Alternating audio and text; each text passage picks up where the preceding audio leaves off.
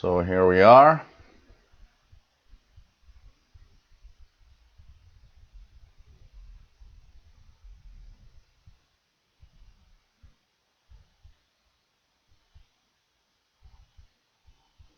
Okay, checking it out. If everything is all right. Let's see it here. Yeah, I think it is working. Pretty good. Okay. I think we are live. And that's cool. That's pretty cool. And, okay, picture seems quite good. Now we'll see what we're going to do with the... I have a little test here running because I've got the satellite tracking Orbitron and the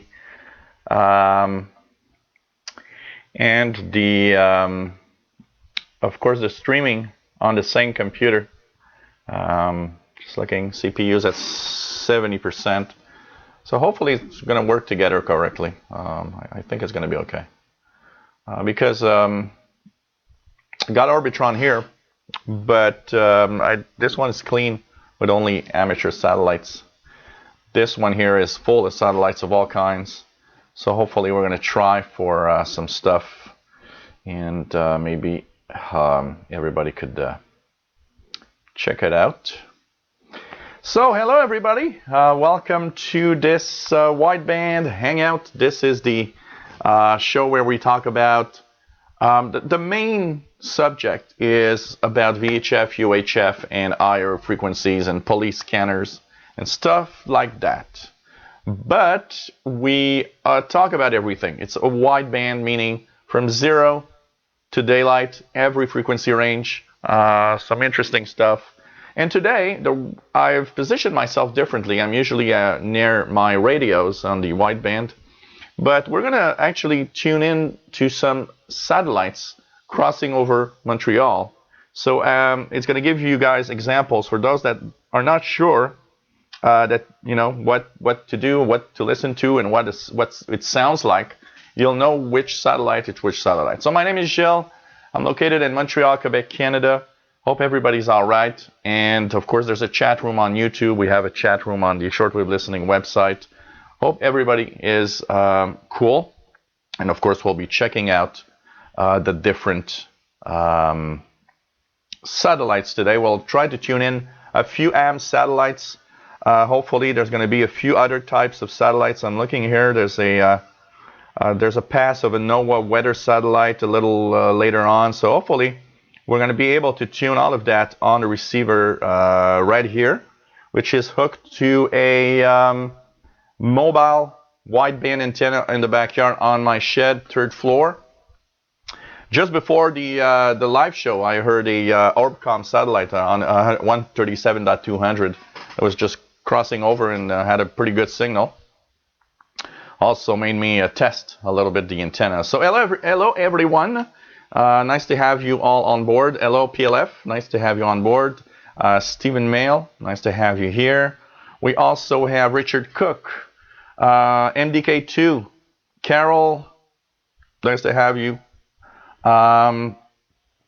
We have Ray Kelly from Nova Scotia. Ray, if you have a VHF, UHF receiver around, I think a lot of what I'll hear, you should hear also because of the traces of the satellites around. So welcome, and I think today is going to be a fun show, tuning around these different satellites. Hello, Mark Schmidt from Maine. Nice to have you on board, as usual. And pretty cool. Always pretty cool to have everybody here.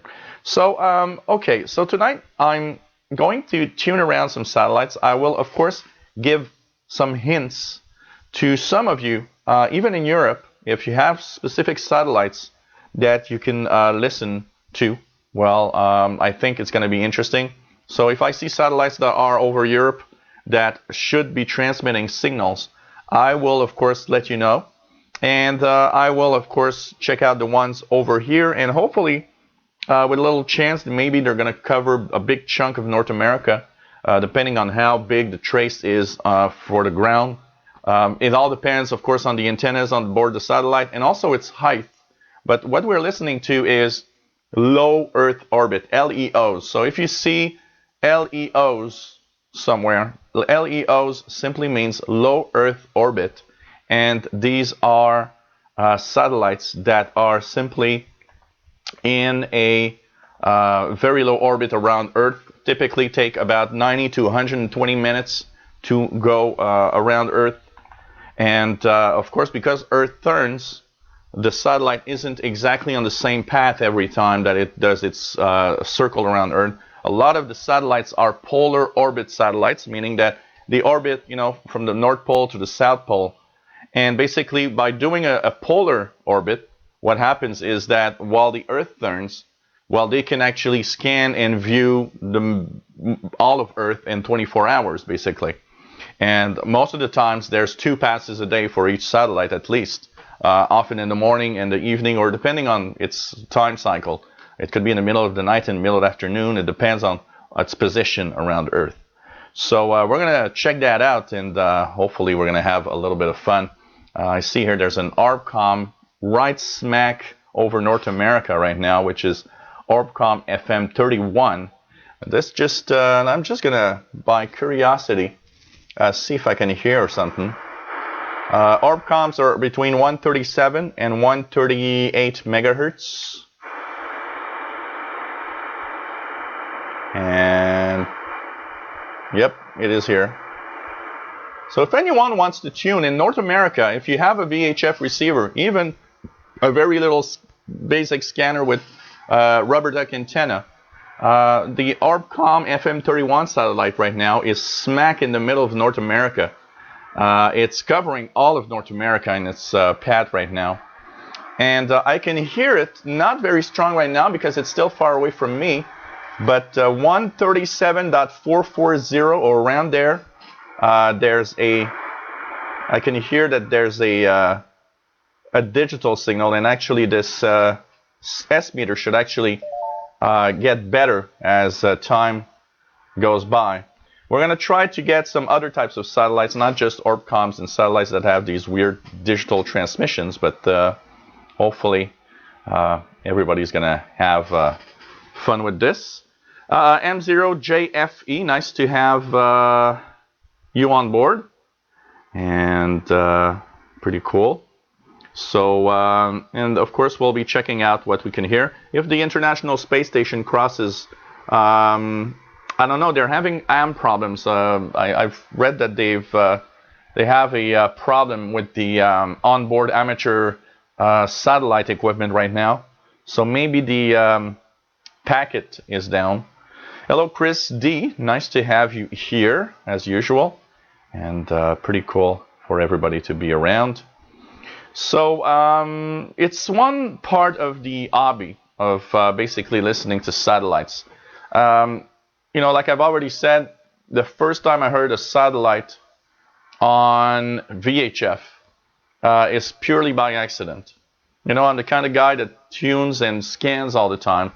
For me, a scanner radio has its true meaning because I rarely scan channels. I love scanning a frequency range all the time. And, a lot of people tell me, well, you're scanning frequency ranges, there's nothing there. Well, there will never be nothing there if you don't listen to it for several hours. Because that's how you start finding out, hey, there's something on this frequency. It's just that it doesn't transmit very often. So you can miss out. You can miss that transmission if you're not tuning, long enough. So, of course, one of the things that I was doing was tuning around from 137 to 174 megahertz. And one day, I remember I was outside. I was at a park, a nice park here near the river, and I was tuning around, and then I heard this ping ping sound, and I was, what is that? And that's when I got home and I started searching and I started wondering what these signals were, that I found, oh, there are satellites. And what I had heard was a NOAA weather satellite sending its signal down. So that really excited me because I for the first time I heard a satellite in orbit, and I was amazed, especially because I had just a little scanner and rubber duck antenna, and we all have this preconceived idea that, well, satellites are something you need a big dish to listen to, and their signal's too weak for any little receiver like we have. And then you find out, no, actually, some of these signals are strong enough to be picked up with basic scanning receivers. So that's pretty much what started my love of listening to amateur radio satellites, and also all sorts of satellites. There's Orbcom satellites. I've just heard one. There's NOAA weather satellites that you can decode the weather maps using WeatherSat software on PC. There's, of course, the Cosmos navigation satellites around 150 megahertz. There's amateur satellites of all kinds. Some are digipeaters. Some are recorded messages that are sent back down. Some are upper sideband communications. The satellite is typically like a repeater. So it is really cool when you start taking the time to listen to all of that. Now, some signals require a lot more elaborate equipment. For example, if you want to listen to FunCube AO73, which is a very, very fun satellite, it really supports really is named correctly, FunCube. If you have a pass overhead from 145.950 to 145.980, you actually hear upper sideband amateur radio operators making contacts on the satellite while it's crossing. Now, the trick is every satellite, the International Space Station, everything you're listening to has to be passing overhead. That's the basic. If it's not over your head, if it's not having a pass over your area, you will not hear a satellite because it's line of sight, and the Earth will block that satellite. So basically, you have to really, wait and learn when satellites go over your head. Now, there are different ways of knowing this. There's some places on the internet you can go that actually have satellite tracking. Even Google has satellite tracking. You can also use my favorite software is Orbitron. Orbitron is my favorite piece of software for satellites because it has a nice list of different satellites. It's actually very complete for a satellite software. And then you need to know what frequencies, of course. There's a lot of web pages that talk about different satellites and their frequencies you can listen to. So that's something also that you need to know where and when to listen to these amateur radio satellites. So hey everyone, hello N4AXE, nice to have you on board. Steve Australia that joined and left, but probably maybe having some problems in connection. Hello everybody, and it's pretty cool. On Linux, yes, of course. Chris D says gpredict for satellite tracking on Linux. Yes, that's the software for Linux, gpredict. And so it's pretty cool. Hello DX Place, nice to have you from Belgium. And it's pretty nice to have everyone on board. So today, of course, we are looking at different satellites that are coming through, and I've started out a prediction list here so that I don't have to always look at the software, but I can actually look at what there is to listen to. For example, one that is right now pretty much coming through is an amateur radio one, which is called SwissCube. Now, I haven't heard SwissCube very much in the past few weeks that I've tried. I'm almost wondering if it's still on. So SwissCube, which is a amateur radio satellite, has a little beacon that transmits Morse code around 437.505. So I'm going to put myself there and put myself in upper sideband. And with a little bit of luck, we'll hear SwissCube. There is something called Doppler shift which means that satellites, the frequency that is advertised or that they're showing you, is not exactly that frequency. There is what we call Doppler on satellites. So it means if a satellite is on 130, for example, this one is on 437.505. Typically, it will start around, when it starts getting overhead, it will start around 437.510 and drop down. At some point when it's really overhead, it's going to be like 437.505. And then as it's going away, frequency continues to drop.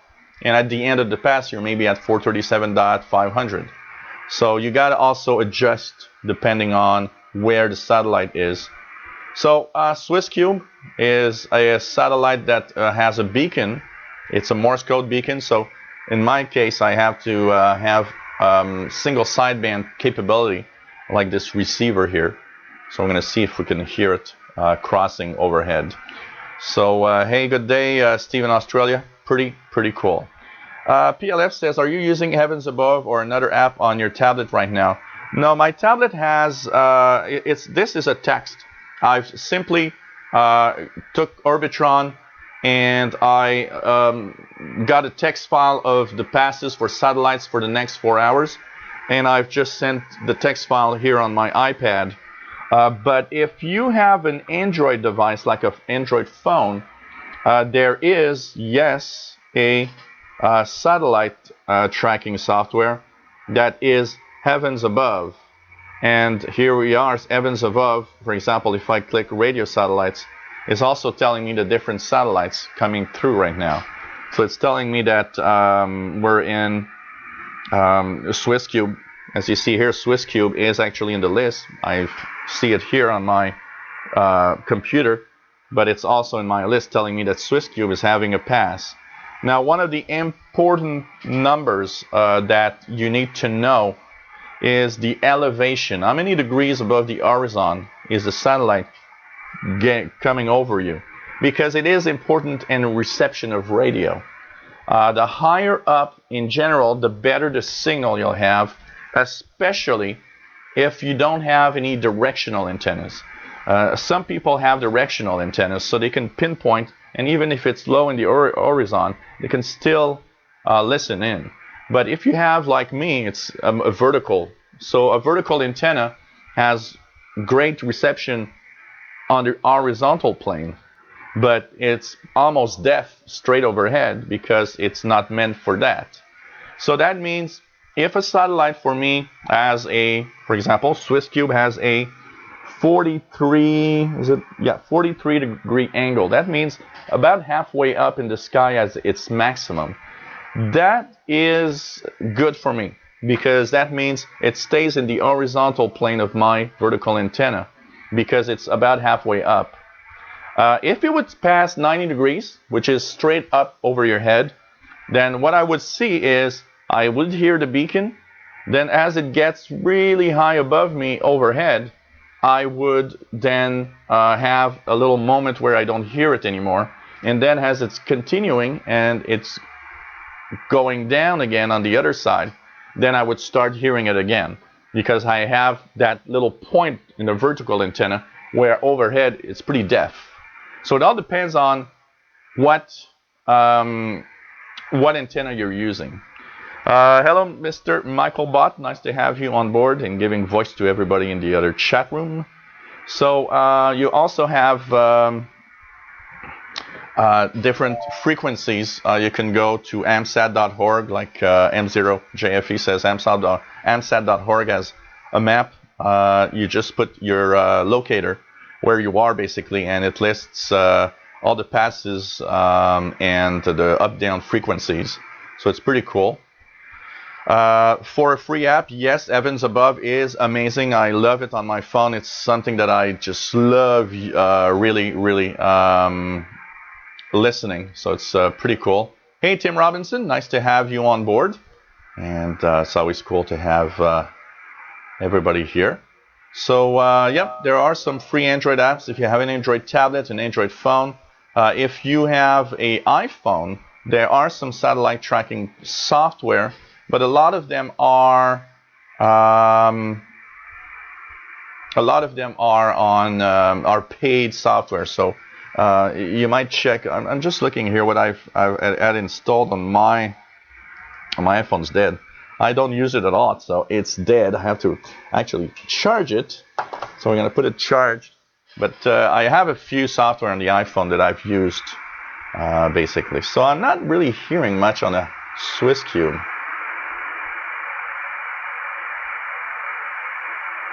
So that's not something. It's been a few weeks, and I'm actually wondering if it's really there, if it's still transmitting. We have a NOAA 17 that I know we'll hear in about 15 minutes, so that's going to be a good one. Lots of Orbcom right now. Now, Orbcoms, there are tons of Orbcom satellites. So if you tune 137 to 138, you should have some reception of something between 137 and 138. Typically, if you try 137 to 138 megahertz every 15 to 20 minutes, you will hear something. That's for sure.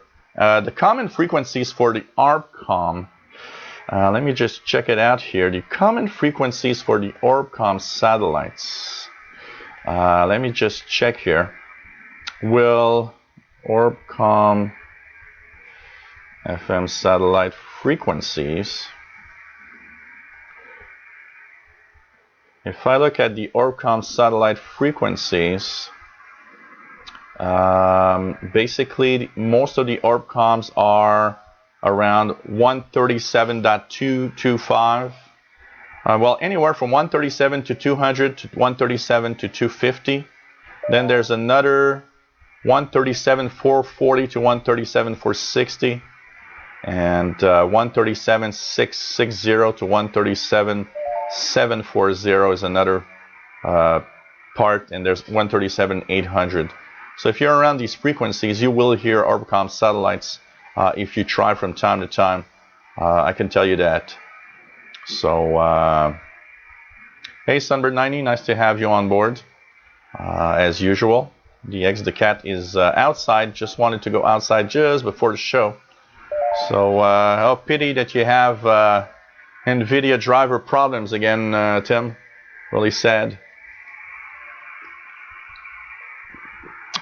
Back to my good old fin du monde here tonight. That's what was on sale. So, another one that's coming in here is KKS1. I just want to check it out. KKS1, which is also called Kiseki or Kaiseki, something like that. Japanese. It's not a great pass. Or is it? Yeah, it's not the greatest pass in the world, but we'll see here what we can check out. Kiseki, 26 degrees. Yep. This one has Morse code also. We'll just try it out here. KKS1, I'm just gonna search for Kiseki and check the frequency. So KKS1 is on 437.385 for the CW. So I can try that out for 37.385. Hopefully we'll have success with something tonight. Nice pass over Cosmos satellite also coming a little later. So we'll try different things and we'll see what we can hear. And hopefully you guys have an example. Hello, Richard in Atlanta, Georgia. Nice to have you on board. So,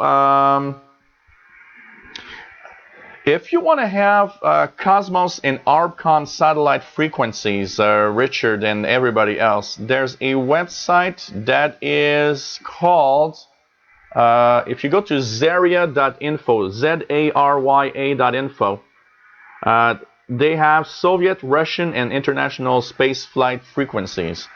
It's updated from time to time, and it has the Orbcoms, it has the Cosmos, and the NOAA frequencies. So if you type Orbcom frequencies, Zarya in Google, ZARYA. I'm going to actually post the link here. Copy. Here we go. I'm going to put it in the chat. So here's one. I'm going to post it on the other chat also. That place has got paste. Here we go. That place got some really nice frequencies, updated frequencies of the different Cosmos, Orbcom, and NOAA frequency list. So it's good for that, and it gives you an idea of where to listen to. As for the AM satellites, of course, it's the JE9 webpage. I'm going to post the link also to that one here. If you want to have the most update satellite frequency list. Here we go. All frequencies. It's available on this page. This guy has up-to-date lists all the time for amateur, and amateur is here. This is for amateur radio satellite frequencies. So here are the amateur radio frequencies list. So these two websites give you a lot of information on what's to listen on the different frequency ranges. So KKS1.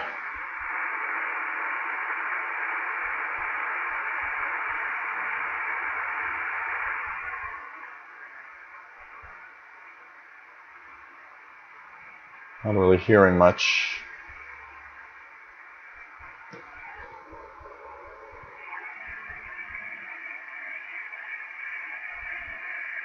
Unfortunately, but you know, we'll hear stuff. We will hear for sure the NOAA 17 satellite. That's a sure one. So I can tell you that. Hey, Paul, Tyler, nice to have you on board. And Mike Bott, of course, from Central Ohio. So, of course, we'll continue on the satellite listening. And hopefully you guys might have more luck than me. Let's try for an Orbcom just to see. And the Arbitron, I see that a few Orbcoms are over, almost overhead. So let's try.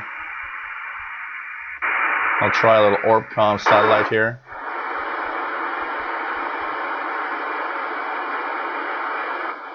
Right here, there's one. I'm hearing one on 137.225. So if I put the squelch and just make you guys hear, I don't know if you guys are going to hear much, but this is what it sounds like basically. So if I'm out of the squelch, you see that there's nothing.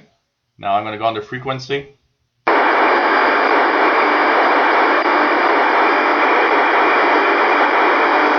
It's hard to describe. It's kind of a digital hash, but my S meter right now is at S3 with an Orbcom signal on 137.225.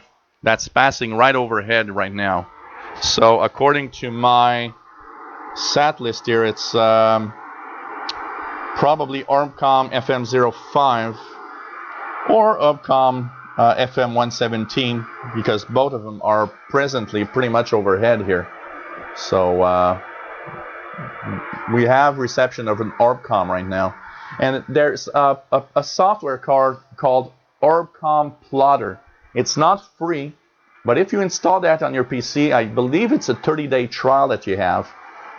What you can do is you inject the audio of that digital hash into your PC, and it actually catches the identification of the satellite. So it actually will plot on the page. It's going to say, oh, this is Orbcom FM 19 or whatever, because it can ID the satellite from its signal. So, but no decoding. If you're wondering, can I decode what's in here? No, you cannot, because this is, it's made for, the Orbcom satellites are made for satellite telephone communications. And so they are not, you cannot, decode the digital hash. Possibly somebody having a conversation, who knows. So these are the satellites. So, some people will say, well, what's the point? I got someone that posted a a comment on the VHF channel and said, what's the point in receiving something that you can't decode the signal? And the idea behind it is simply, well, I enjoy just receiving a signal from a satellite. I just find it cool, and knowing that it's an Orbcom satellite and all of that. Yeah, I'm not decoding it, but I still love listening to it. Chris D, no, I have not, and that would be something really, really nice. Chris D is asking if I've ever heard the Chinese Tuanggong stations, and I have not. I know that some people seem to have monitored. As Gary Smith says, why? Because it's there, exactly. If you're a real radio fan, the idea is not why you want to listen to such or such signal you can't decode or understand. It's there. I want to try it. I want to make sure I hear. If you think about it, it's kind of cool. I am receiving an S5 almost now, a satellite that's in orbit crossing over Montreal right now. So this is cool. And that's the fun part of radio. All the aspects of radio are cool. In a few minutes, we'll hear a NOAA 17. You guys will hear what a weather satellite from the U.S. National Oceanic Atmospheric Administration sounds like.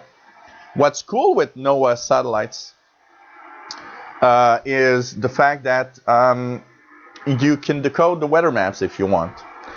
M0JFE says chatter on the Brazilian ex-army satellites. You know what? Sorry, I've tried the 200 megahertz frequencies where everybody is listening, and I understand why I don't hear anything, because a lot of you seem to hear it quite easily, and it's the fact that my antenna is vertical, so it doesn't receive well directly overhead, so I don't hear anything. I am looking into buying or maybe building a different antenna that would help me in situations where I need to listen to something that's overhead.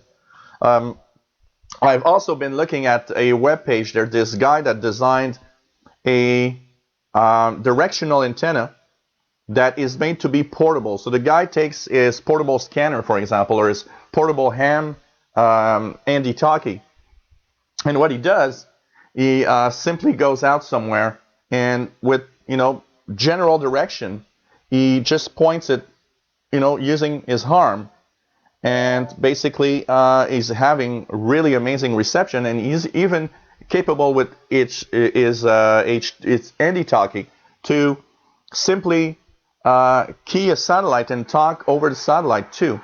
So it's something that he made himself. So it's something that it looks very interesting, and the fact that it's portable, I actually enjoyed that. So it's pretty cool. Hello, Mike Lee. Nice to have you on board. M0JFE says homebrew an egg beater antenna. Yeah, something like that. I'm going to check it out. There's, I think it's Fastload that made a Helio. What's called the Helio something. It's made specifically for listening to NOAA weather satellites. So Gary Smith says, I listen to CW number stations and foreign language stations. Can't understand a thing except it's there and fun. Exactly. A real radio fan, that's pretty much what a real radio fan is that it's just fun to listen. So here we go. NOAA weather satellite. Let's check it out. There's a NOAA weather satellite right now. NOAA 17.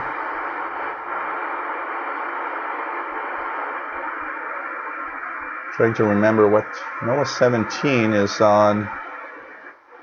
Hopefully it's transmitting.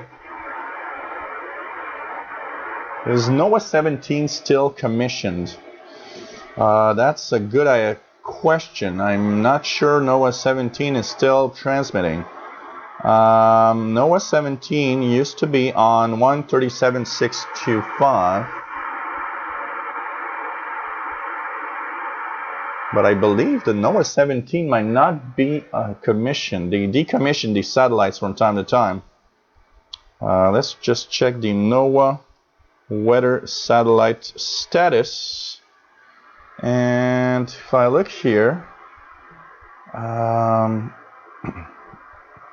weather satellite status report, NOAA 17 has been decommissioned, so that's why I'm not hearing it.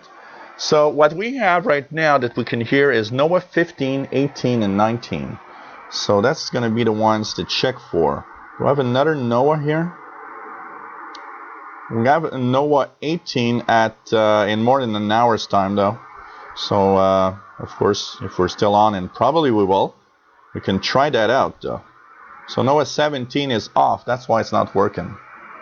So we're going to try a Cosmos 2429 and see if it's working. Let's just, I'm going to go to the Zarya page and see Cosmos 2429. Let's check it out. What frequency do we have in a Cosmos?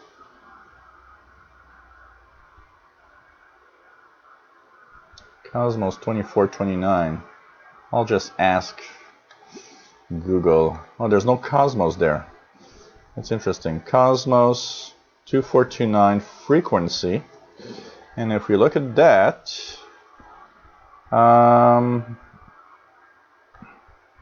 Cosmos 2429 is on 150.030 and 400.080. I'll try both, hopefully. And hopefully it's going to work. Hopefully it's just going to work. So that's what we're going to try the Cosmos one in a few seconds. While I was tuning for the NOAA satellite, I noticed that there's a very strong Orbcom around 137.455 also.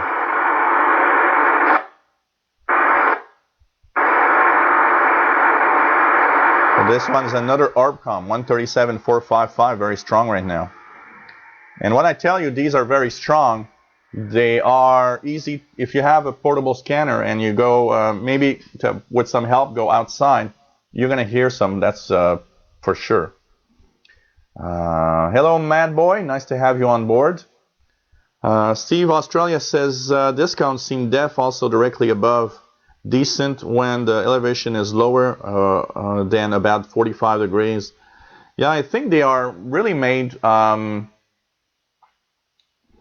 They're really made, you know, for horizontal listening. They're not, you know, these are not discounts, verticals.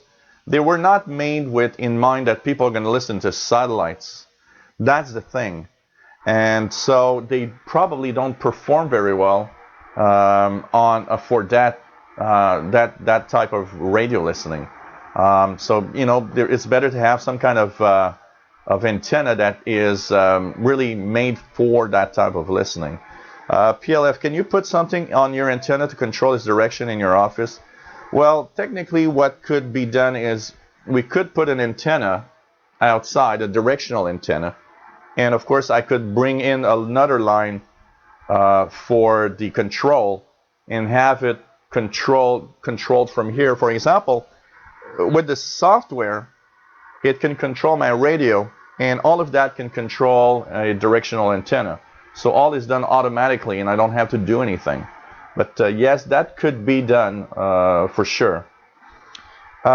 Richard, thanks, Jill. Also, my receiver receives from 50 to 174 megahertz. I'm using a 10-meter portable vertical antenna, about 8 feet tall. Would I be better using a discount antenna for satellite receiving? Well, you know, as we just have here, there's Steve in Australia also says that discounts seem deaf directly above. So I don't know. I think a specific antenna made for that would be better, probably. Something that is able to listen from above rather than listen to what's horizontal. You know, I'm having surprising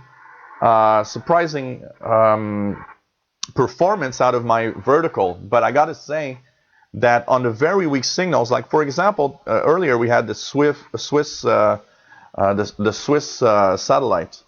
Now that signal is very weak, and I know that having a directional antenna would make it much stronger here. So there is something that you need to that would be better. Something that's specific for listening to signals from space would probably be better. Even better yet, something that's directional would be even better. Steve says he uses his Soft 66 Orbitron and SDR Sharp with satellite tracker plugin for his satellite listening. And the Doppler shift is controlled by Orbitron and controls your SDR when you enter the frequency in Orbitron. I reformatted my old PC here, but I have Ham Radio Deluxe, and Ham Radio Deluxe has a satellite tracking program for amateur satellites, and it controls my ICOM ICR 8500. I have a serial to USB adapter, and when I do that, my receiver is automatically shifted for Doppler as the computer's calculating all of that by itself. And it's cool because you don't have to wonder where exactly to listen in on a satellite. So I use Ham Radio Deluxe. The version 5 of Ham Radio Deluxe is actually a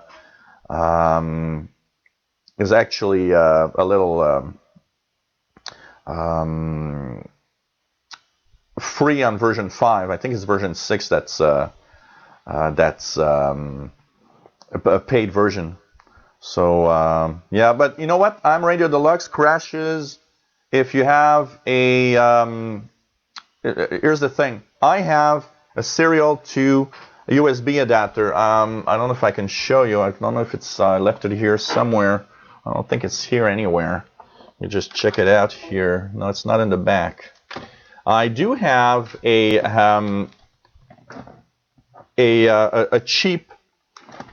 really cheap satellite serial to USB adapter, and it is a clone of the original thing.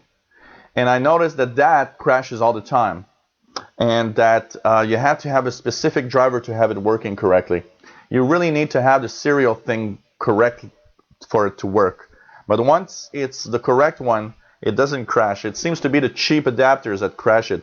And don't think that because you buy on Amazon is necessarily the real thing.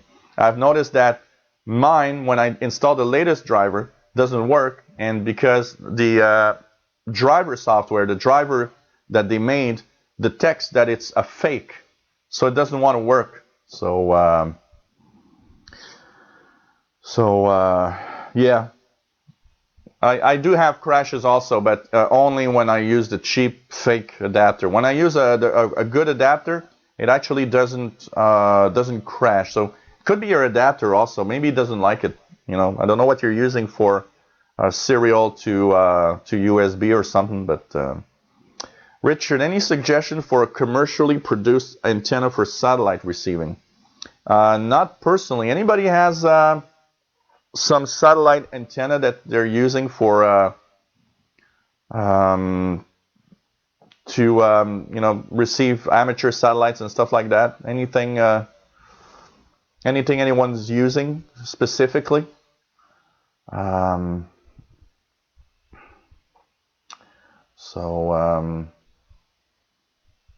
Mike Lee says I can get satellite on my FT 7800. Cool. And that's pretty cool. Radio Obsession explains why XYL left me and my hobby improved. That's funny and not funny at the same time. Hey, Eric Mickle, quadrifular helix antenna. Yeah, that's it for NOAA satellite reception. That's what the Fastload tried. He actually built one himself.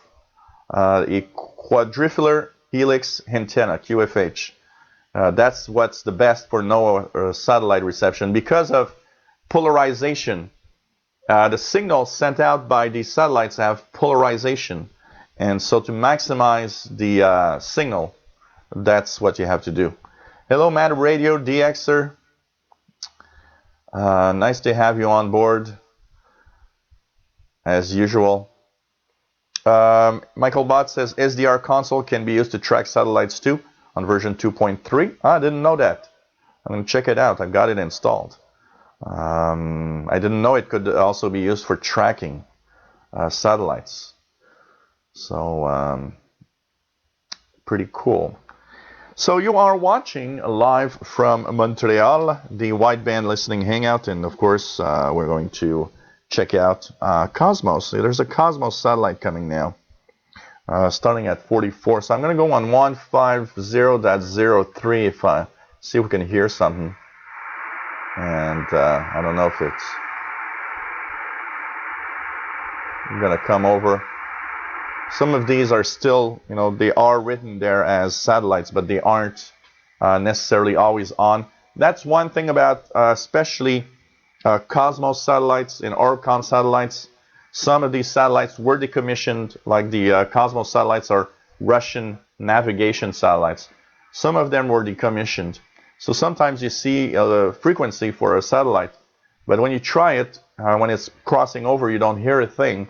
And often it's because they've actually decommissioned or shut down a specific satellite.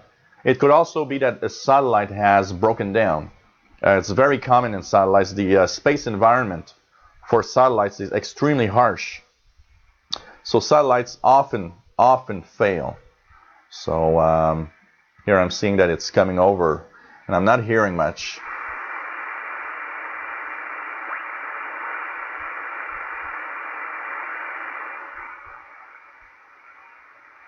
So there's nothing around 150 megahertz right now, and I would normally hear it.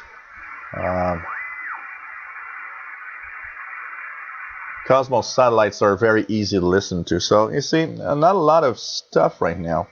A lot of Orbcoms. That's not too bad. There's a lot of Orbcoms, but unfortunately, a lot of it's like the worst time in the world to listen to satellites right now. All the Orbcoms are there, so we're hearing Orbcoms on 137 megahertz like crazy, but we aren't hearing anything else. It's like not the perfect time. I'll be checking that. What I'll do is maybe do a live show at another time when I know that some of the satellites that are coming over will be more interesting and maybe match with that. So Mike Lee says fleet broadcast 250.650 megahertz and Navy channels 252.150 megahertz. When you have a good antenna, it's pretty cool. Hey, so pretty cool. Butternut available from dealers. Butternut, that's interesting. Let me just check that out. Google butternut antenna. Yep, butternut antenna. Which is a. What do we have here? Butternut. What do we have here? There's vertical antennas. They must have some specific.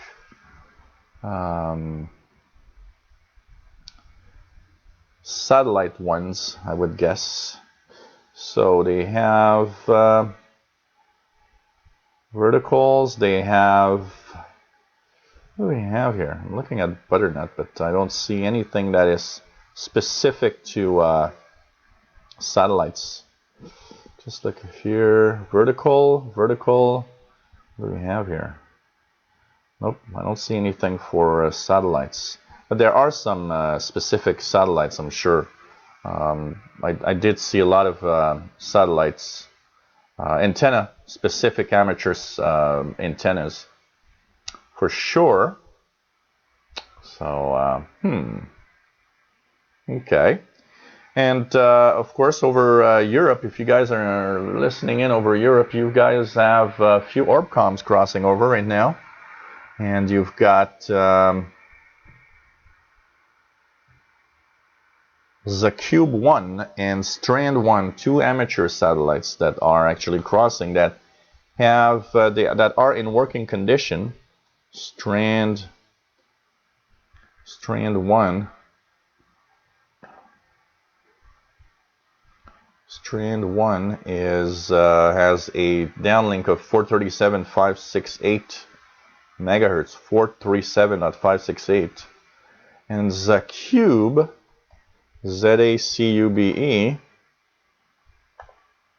is that one is interesting, and I want to try it out. Zacube 1, which is presently crossing over Europe, it's right over Spain right now,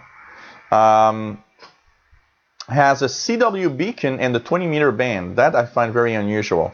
14.099 megahertz on the 20-meter band. So that looks interesting. 14.099. That must be interesting to listen to. But of course, propagation needs to be, right for the signal to cross over. Hello, SG2, East Nebraska. Hello, Drago. Nice to have you on board. Hello, Jerry. Yeah, it's that period. There's, it's funny here because I have an 85-year-old neighbor, woman that goes crazy with leaves. And in the past 2 weeks, we had leaves all the time in the grass here. She was out every day taking out the grass, the leaves all the time. She was going crazy with that. It's like, and every time I would see her, I would tell her, relax, it doesn't matter, it's not your house, just, who cares about the leaves? But she just couldn't. Every day she was out with her little bag and with her broom, and she was taking out the leaves from the grass. It was just funny. Well, at least she's having some exercise, let's put it that way. So, Mad Radio DXer says, wish I could listen. I don't have my SDR set up today. Oh, that's sad. So, that's sad. So, it's one part of the hobby that's pretty cool, listening to satellites. So, as you see here, there's, you got to be in the time period when there's some interesting stuff. One thing also not to actually to do, even if there's nothing written, always tune around the specific frequencies where you can listen to for satellites 136 to 138 megahertz. And I often will do a scan of that frequency range, just in case. Sometimes you might hear something unusual on that frequency range, and you never know. And of course, you will very often come across Orbcoms. Let's check it out here.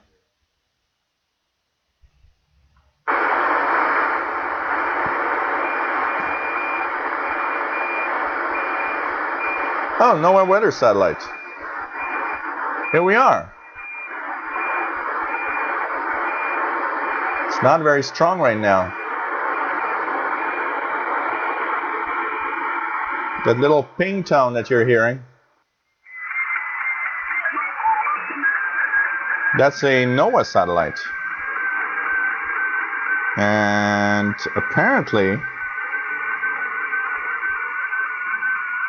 it's probably very weak. It didn't come up in my list here. Yeah, it's not here, but what you hear here is a NOAA weather satellite.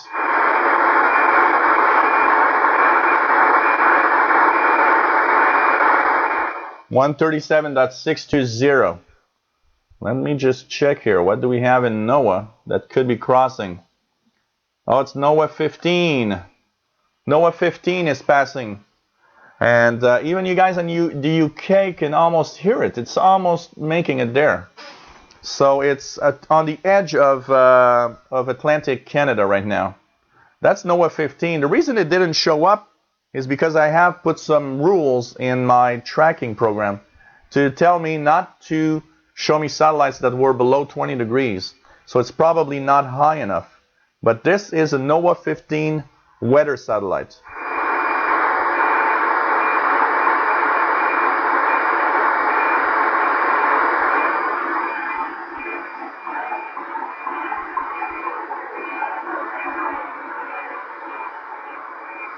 So you guys are hearing a NOAA 15 weather satellite live.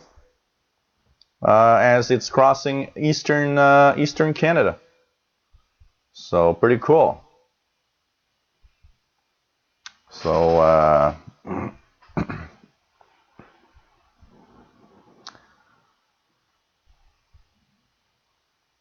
fireworks going crazy outside your house. Mad Radio DXer. Not even 5th of November. What's on the 5th of November?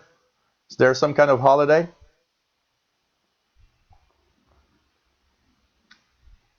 And so NOAA weather satellite.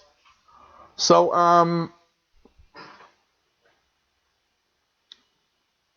the PLF, what kind of information NOAA satellites send? They send weather pictures. So basically you can actually send that, you can install a program called WeatherSat on your PC, and this audio that you're hearing from the satellite, when it's good enough, is going to show you the map underneath where the satellite is at the moment of the picture taken, when it took the picture. So basically you'll see probably something like the east coast of North America, for example, right now. Well, maybe not all of North America. They are low Earth, but you'll see a weather chart. Basically, you'll see the Earth, you'll see the clouds. It's really a weather picture that is taken from these satellites. A little bit like the ones that you see in the Weather Channel, for example, except these are lowered, so they're more. So 137.620 for the NOAA satellite. It is right now, just to give you guys an idea, it's now going towards the north part of Canada. So it's mostly Canada up to maybe Alberta, and a little part of, if you guys live in the Great Lakes area, it's a low pass, but you should hear something like so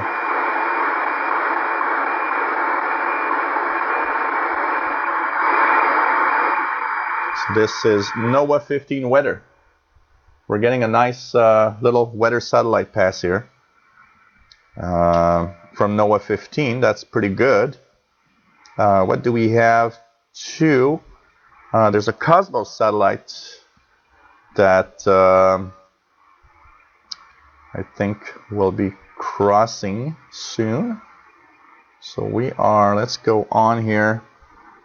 So this is a Cosmos 2429. Let's just try for any Cosmos satellites.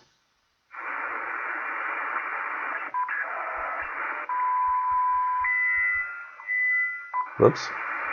I was wondering what I was doing wrong. Nope. Nothing on the side of the...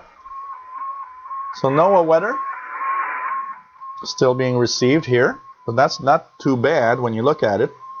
Next ones are Orbcoms. Around 2120, we'll try another Cosmos satellite. And of course, 136 to 138 megahertz is the place to listen to. That's for sure. That's for sure. So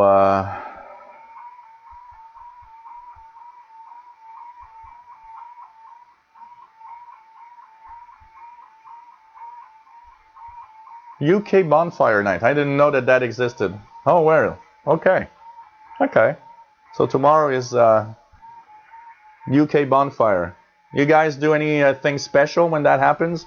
You have some kind of you know, parties or anything? Food? Park and cake, pie and peas, ham, hock and peas, and jacket spuds. Them were the days. Interesting. I just learned something new about the UK.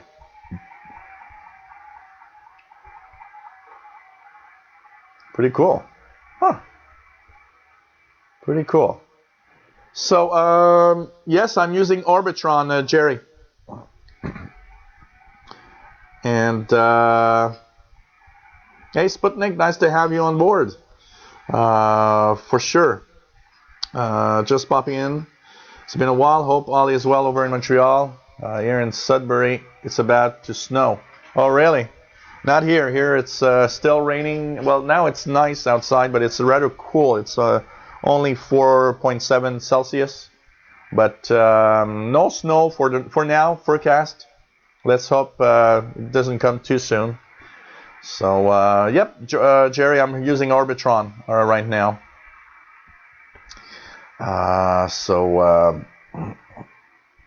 Pretty cool. So, Jerry says 68 Fahrenheit down South Ontario. Wow, that's the expedition weather almost. Wow.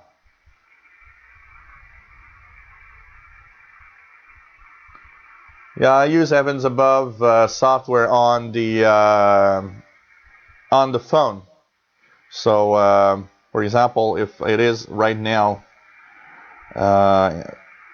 on, so if I look here, it tells me what satellites. So it's telling me that the different AM satellites, like telling me also that NOAA 18 at 5 minutes before 6, which means in 55 minutes from now. The CubeSats are coming. Another pass of KKS-1. CubeSats, I should hear the Morse code ID. So there's a few satellites coming in the next minutes. But, you know, I like Orbitron because it has more choice of the different satellites you can listen to, like the Orbcoms and the Cosmos that are not in the Heavens Above. Heavens Above is great if you like NOAA and you like the amateur satellites. For that, it's fantastic. So it's pretty cool. Hey, KJ6 PSG, nice to have you on board. Pretty cool. SG2 is Nebraska. Just to let you know, I can't get a video screen from YouTube on this Hangout at this time. Never happened before to me. I have to refresh to no avail. Weird. Everybody else is having a video. Have you tried a different browser? That is so bizarre. So bizarre. Hello, Bill D. Nice to have you on board. What else do we have here? Okay. So we've been on for 1 hour now. It's the you're listening or watching the Wideband Hangout. This is basically where we tune around the VHF, UHF frequency range, but it's wideband, so anything from 0 megahertz all the way up to whatever gigahertz your radio goes to. And we talk about different things of radio. So, hey, nice to have everybody here as usual.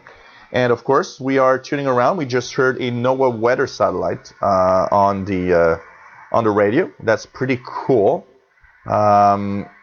We have a few satellites. You know, some of the best passes of satellites are actually happening tonight when the Hangout will be gone. One satellite that I really, really want to make sure, if you have a single sideband capable VHF receiver, I'm telling you guys, FunCube is amazingly fun. If you don't have a FunCube AO73, if you have just FM mode, another one that's really cool because it's an FM repeater in the sky is SO50. That one is pretty cool because it's an FM repeater. So basically you hear satellites, amateurs, sorry, just having contact through the satellite. So SO50 is another great one. Its frequency, or it's also called, depending on the software you use, it can be called Saudi Sat 1C. So SO50 has an uplink. If you're an amateur radio operator, you uplink on 145.850 when it's overhead, and it downlinks on 436.795. And you will hear some amateur stations going through that repeater in the sky, basically. It's this one's a fun one for people that have only FM capable scanners. Really, really cool to listen to and to try. So that's for sure.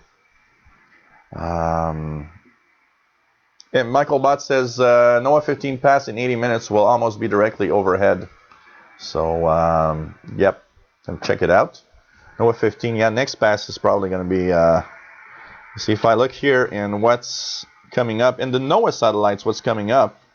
Do I have any other passes? We have NOAA 18 that's going to be received in about 50 minutes, and apart from that, NOAA 15, yep, will be a nice pass around 6:30. That's 22:30 UT.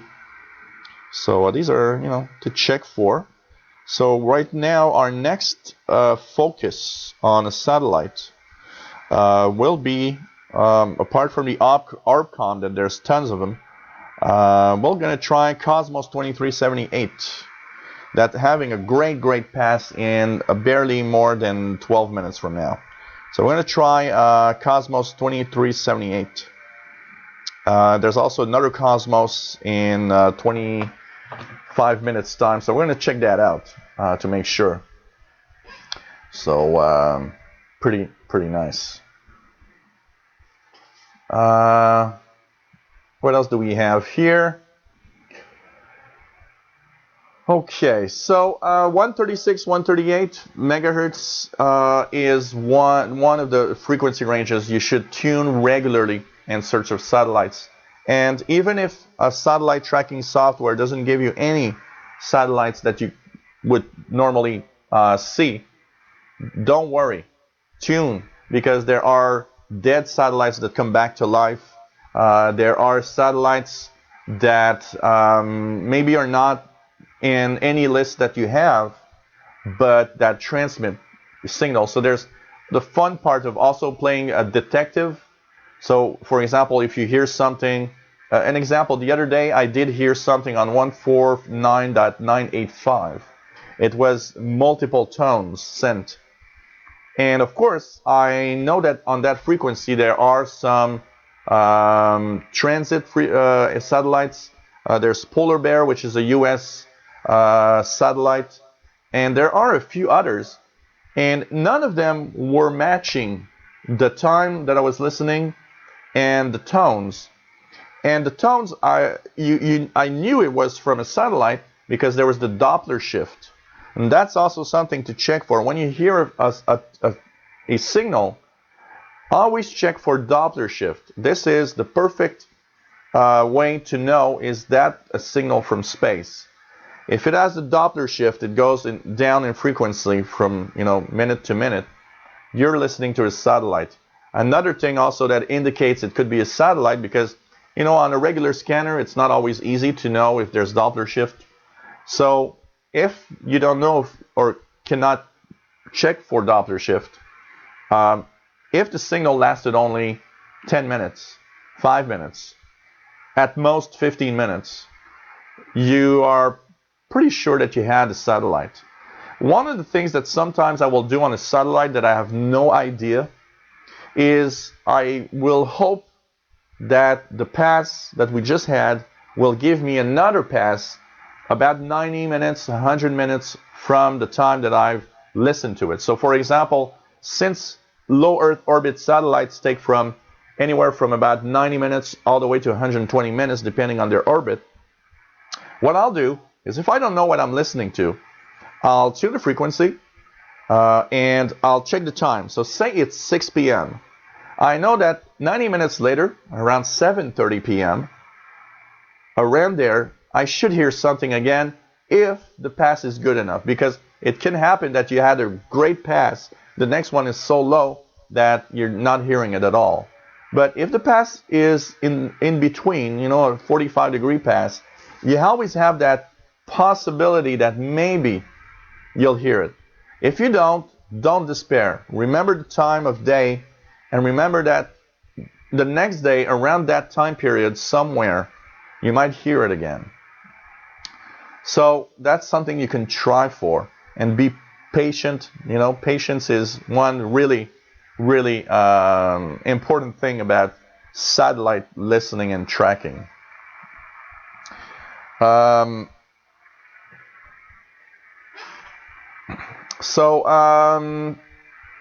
Yeah, I'm at Radio DXer. That's true. Doppler shift on the SDR is cool. It is cool. And even on the audio side, I put my my ICOM into upper sideband, and you can hear the shifting tone of the signal. It is almost kind of eerie. Bill D, radios always had intrigued me, but what is the point of listening to satellites? Well, it depends what you want to do.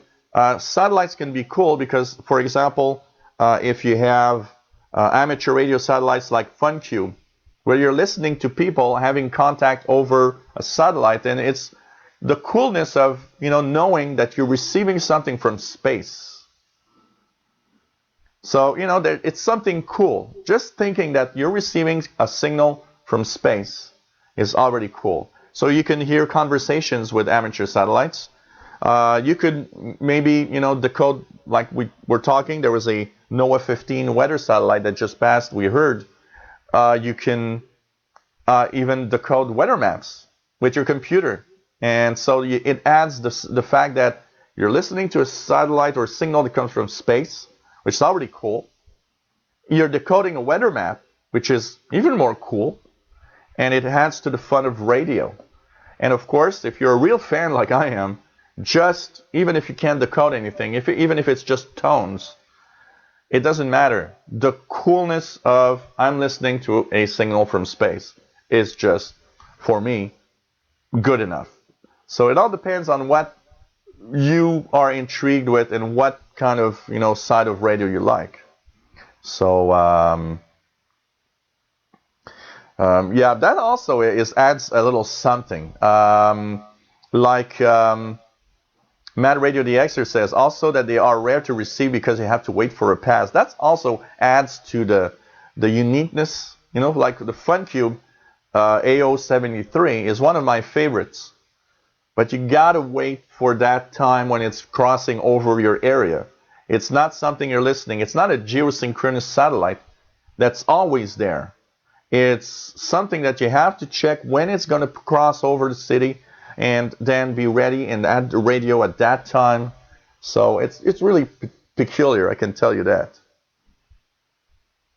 Well, if you want to listen to people, you can listen to FunCube, amateur radio, stuff like that. You will hear people, the SO Saudi Sat 1C, SO50, amateur radio repeater in the sky. That's also people you'll listen to. Some have digipeaters that will actually have recorded messages that are sent down also. So it all depends. If that's what you like, there are satellites with people you can actually have conversations. So it's basically amateur radios, use them as relays in the sky.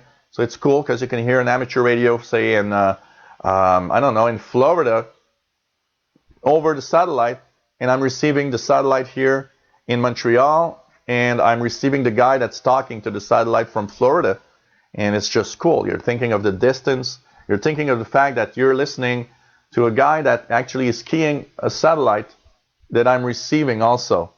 It's kind of fun, no problem, MDK2, and take care. Always fun to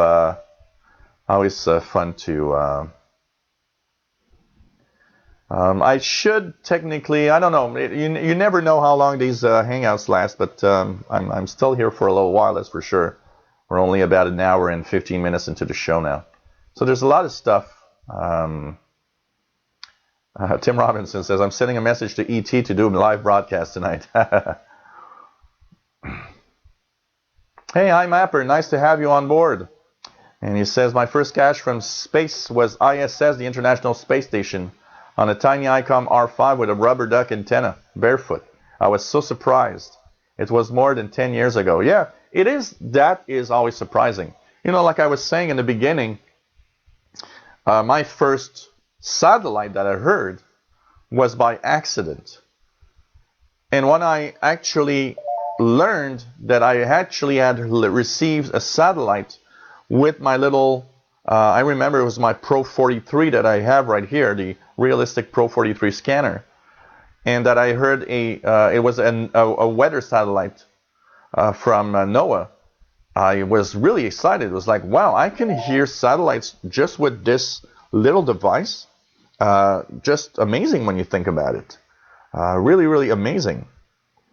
So, okay, let's check it out here. 1717.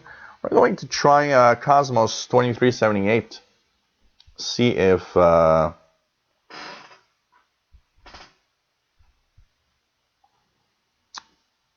what frequency. I'm coming back to the questions in 2 seconds. I'm just going to check out here Cosmos 2378. That's 137. 150. Cosmos 2378 is on 149940.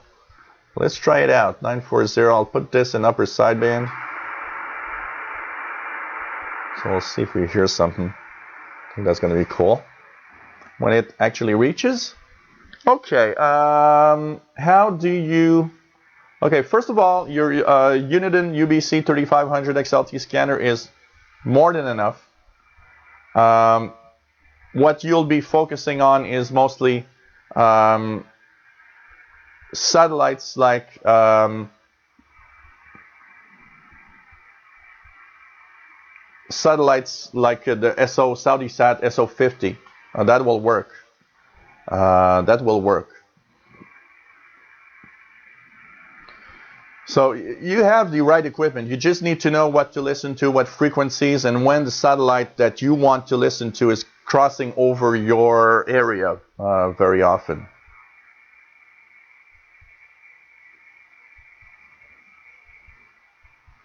Let's check out chat here. Sputnik says, was supposed to go to Montreal this past August for a few things, and while I was there, I was going to meet up with Jill. Chill out. Finally, that in the family. No problem. Well, it's for another time. I'm sure it's for another time. Anybody that comes to Montreal, don't worry. You call me up. You send me an email, anything. We meet up somewhere, have a few beers or coffee, whatever, and I'll be happy. So...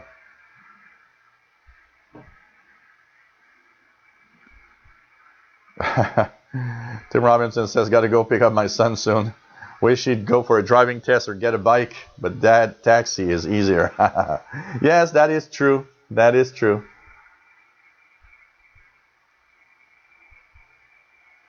No problem, M0JFE. Hey, Joshua Burton, nice to have you on board. Says his first space contact was last summer, received a slow scan TV from the International Space Station. Used my Biofang HD and an Android phone to decode the SSTV. Was amazing. Yep.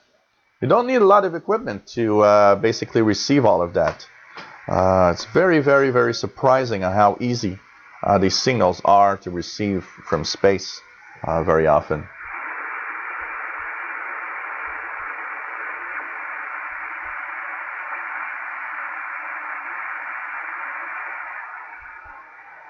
Seems that a lot of these Cosmos satellites are decommissioned.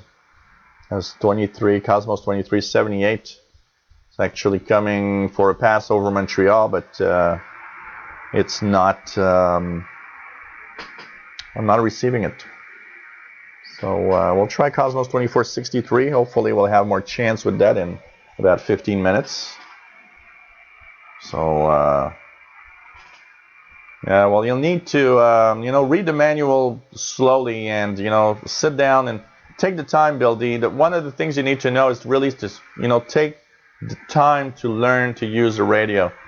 These are, complex little piece of equipment, and it takes time to, get the hang of each of these devices, each radio, knowing how to program frequencies and how to scan frequency ranges and stuff like that. But you really have to take the time. And yes, like Mad Radio DXer says, there are probably tons of YouTube videos that explain how that scanner receiver works. So just take the time to look at the videos, and you might learn how to use them for sure. So yes, Sputnik is actually the perfect name for the show. No, Dan, not tuning the bands. We're on the VHF, UHF Wideband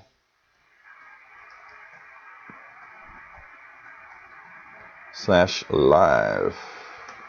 Anybody doesn't have the link. So, yep, you've got the Sputnik's got the perfect name for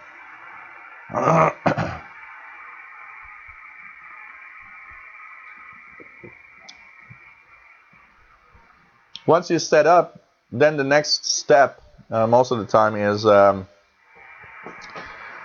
know when satellites are actually crossing overhead, and that's the second step. You can use, like we've mentioned, Orbcom for Windows PCs. In Linux, there's gpredict. Gpredict is also available for Mac, I believe. Anybody using some a software on Mac for satellite tracking? Sorry. On the Android phones and tablets, you have Heavens Above. Gives you the International Space Station passes. Also gives you radio satellites that you can listen to, and tells you when some of the radio satellites are crossing overhead.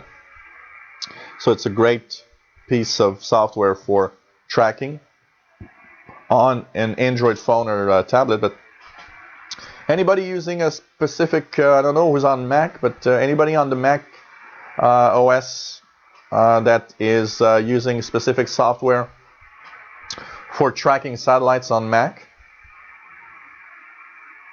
I haven't, never really used any software. When the International Space Station is overhead, what you can hear, Bill, is you can hear the communications from the International Space Station astronauts. That is possible to receive. You can also hear, sometimes the International Space Station, they have Harris, which is a amateur radio station on board the International Space Station, and they have contacts with schools, so you can hear the astronauts, for example, answering questions from kids. If they're having a spacewalk while the International Space Station is crossing over your area, you can hear the astronauts talking. There's even more activity when there's a spacewalk. So all of that can be done, and you don't need a big antenna. Just, simple antenna setup will bring you that. The International Space Station is surprisingly powerful signal. And it's very easy to receive with even the most basic of scanners. So that's something that you might be interested in checking out. Cosmos 2463. I'm just gonna check out what the International Space Station typically is about 12 to 15 minutes. From side to side. Like Richard Cook says, the International Space Station sometimes also does slow scan television pictures that they send. So it's about 15 minutes from horizon to horizon. But depending on your setup, you might not hear it for 15 minutes. You might hear it only for 10 minutes or 8 minutes or 7 minutes. But while it's passing, it's cool to listen to. SSTV is slow scan television. It's images sent out by amateur radio most of the time. So the International Space Station sometimes have events where they send out a series of images on slow scan TV, and you can use your computer to decode these slow scan TV pictures, which are received with a software like MMSSTV or stuff like that, which is free. So how long before they pass again? It depends on where you are at. So say, for example, I'm just going to give you an idea. Here in Montreal, the next International Space Station passes are tomorrow morning. So to give you an idea, it's telling me here that there's a pass at 6 hours 58 tomorrow morning, a.m., at 10:12 a.m., 11:49 a.m., and that's 3 passes for tomorrow. And that's the only 3 passes tomorrow that are on for Montreal. So depending on the day and the time, you'll have, some days are 4 passes. I've seen up to 5 passes in general, but each time that you'll have a pass, you got to remember that you'll have to wait about 90 minutes before the next one, around 90 minutes, and they'll have just a certain number, certain number of passes you'll hear. You won't hear every pass because it's not always over you. There are 1, 2, 3 passes over you, and then it's going to be several hours before the passes are again. So for example, here, there's a pass tomorrow morning at 6:58, 10:12, 11:49. Then I have to wait for Sunday, where there's be a pass at 5:06, 8:20, and 9:57. So I have to wait like 24 hours after the 3 passes before it's still there again. So that's pretty much what's happening. So yes, you can view SSTV. All you need is a software on your computer to view slow scan television pictures. So Jerry says the International Space Station is passing by the West Coast right now. Let me just check it out here. It's ISS. The ISS. The ISS is presently, just check it out. Boop. Yep, they're barely making it on the West Coast, but like in California, you guys could hear.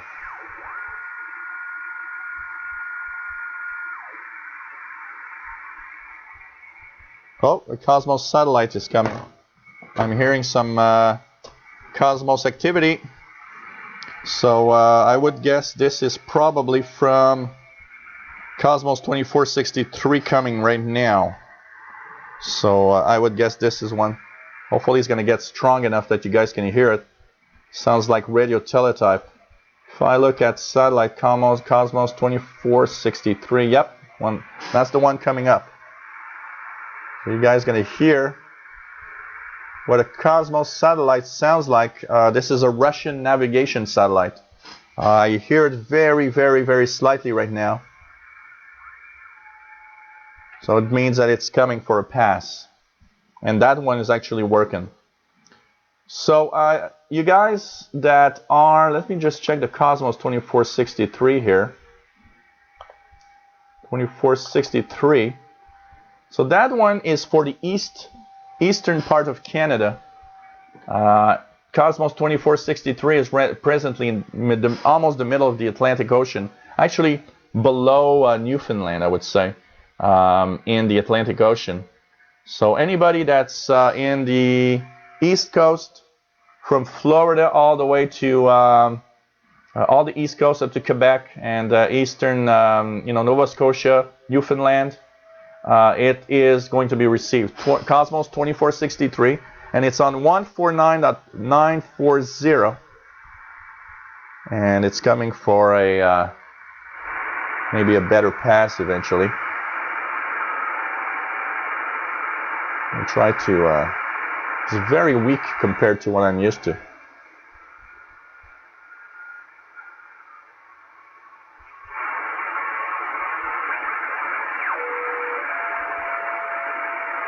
I'm hearing the tone.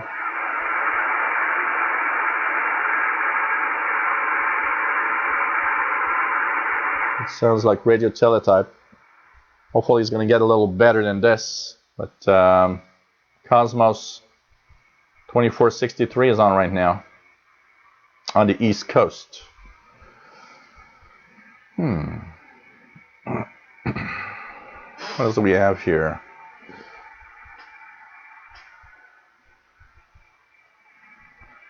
Tim, I'm going to, I'm not sure yet, but I would guess we have at least an hour more, maybe even a little more, depends on how things are going, the interaction and everything. So basically, it's, I might still be here in an hour and a half, so it all depends. But I'll still be here at least for 30 minutes to 1 hour, that's for sure, Tim. So if you have time to come back. Bill, I'm located in Montreal, Quebec, Canada, and in the province of Quebec.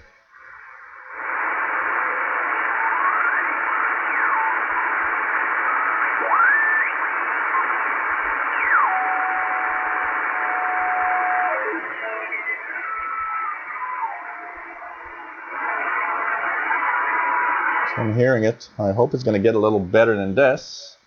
It's not super strong, but it's there. It's there. We're getting interesting reception of Cosmos 2463 right now. To give you guys an idea, it is about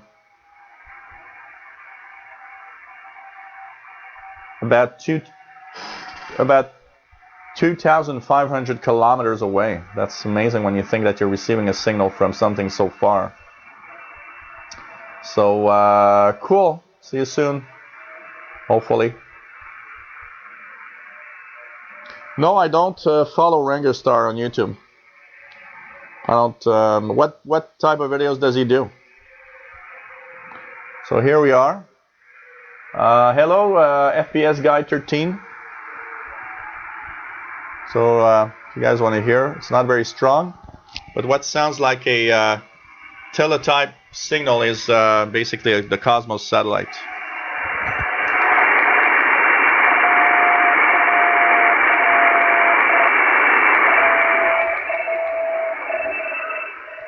And you can see that it's actually lowering in tone, and that's because of the Doppler shift.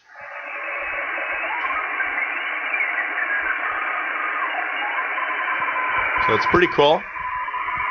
Cosmos satellite, that's a Russian navigation satellite crossing overhead right now.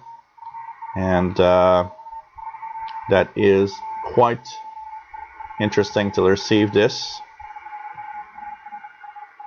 on the live show. So Cosmos navigation satellites are satellites that you cannot really decode anything. Basically, they are satellites that is kind of the old GPS of the Russian Navy. And there are still a few of these satellites that are still in working, but slowly they are being decommissioned and will be changed for that new GPS system that they have in Russia, which has different satellites and different frequencies. So basically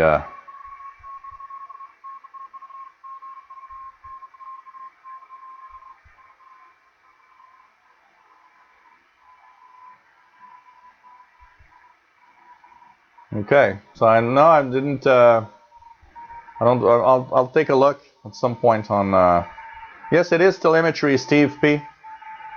It's a form of telemetry for the Russian Navy.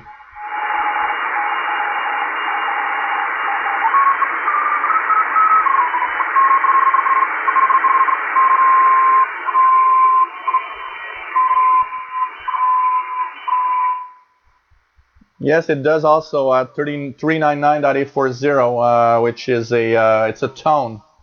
I'm going to see if I can hear it. 399.84. See if I can hear the tone.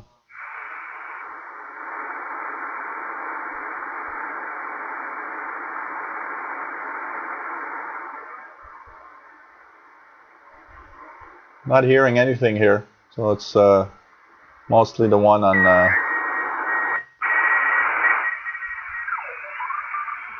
And if so, I started off listening to it at around 149.946, and now I'm listening to it. It's 149.940, and that's the Doppler shift going through, making the frequency lower and lower all the time.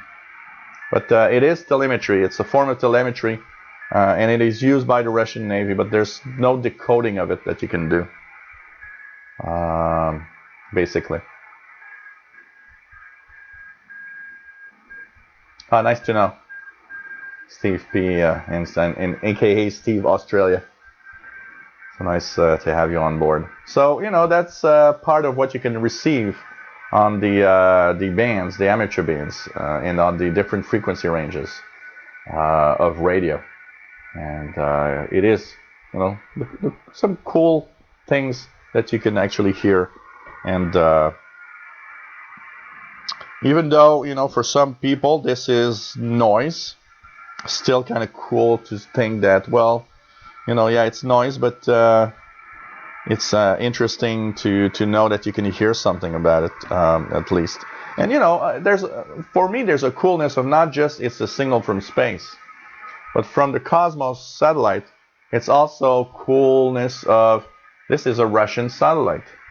So that's also adding to the coolness of what I'm listening and what I find interesting on bands. So that's pretty cool.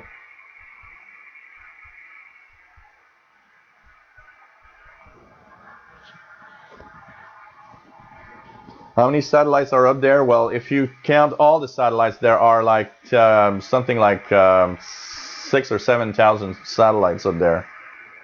With the debris, there's like a few, like 20 or 30,000 debris of everything orbiting Earth. It's pretty amazing, but there's easily 4,000, 5,000, 6,000 satellites, even more. A lot of the low Earth satellites will eventually come back down because their orbits are not perfect, and also because there's drag.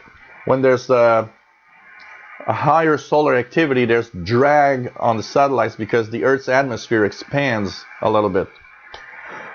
So the satellites tend to drag very, very, very slightly, and after years and years, they will all eventually fall back down on Earth, except for the geosynchronous satellites. Those will probably be there forever. But the ones that are in low Earth orbit, because there is slight drag of the atmosphere, they all eventually will fall back down. So that's why from time to time we hear, oh, this satellite's coming down. And that's also why there were some changes. What happens is in the 60s, 70s, they knew they would come back down, but they didn't think that it was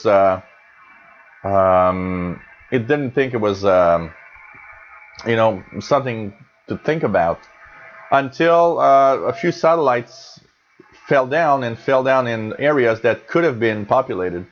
So the newer satellites now are often designed with a propulsion system that when they decide they want to drop it back down, they will choose where to drop it back down, for example, to make sure it falls in the ocean or something. Because, yes, satellites, a big chunk of the satellite burns up, but a lot of what's the satellite made of can often survive up to the ground. One of the biggest here in Canada that people were a little scared of, in the 80s, we had a Cosmos Russian satellite that fell down over northern areas of Canada, and it had a nuclear reactor on board. So we were told, we're not sure exactly yet where it's going to fall down, but if it would ever fall in a more populated area, don't approach it, because there could be some nuclear material that's surviving from the satellite.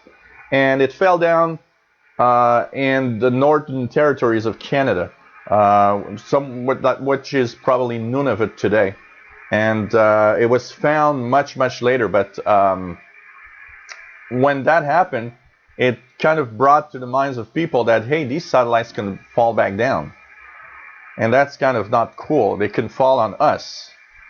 So yeah, it's true, Steve. It's unfortunate that a lot of regular scanner radios do not have single sideband mode. I have plenty of radio scanners, but had to use my SDR for satellite listening. Yes, a lot of them, unfortunately need single sideband. So really, Chris D is also a fan of. There was actually a nice article, by the way, of. I think it's last month's Spectrum Monitor. Chris D is saying that he listens sometimes to Russian Air Force communication on HF finds it really cool, especially Russian strategic bombers. Really cool when you are also aviation fan, like he is. And there was a nice article last month in the Spectrum Monitor about the Northern Russian fleet and all the communications on HF that we can hear from there. That was kind of cool. Hey Danny, Shortwave and Radio DX, nice to have you on board. By the way, I subscribed to your channel this week. From my Shortwave channel, because I stumbled across your channel while doing something, and I watched a few of your videos, and I just subscribed. I thought it was a cool channel, so if anyone wants to check it out, Danny Shortwave and Radio DX has a nice little channel.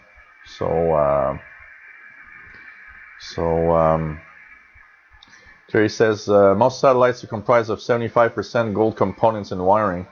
Yeah, they have very often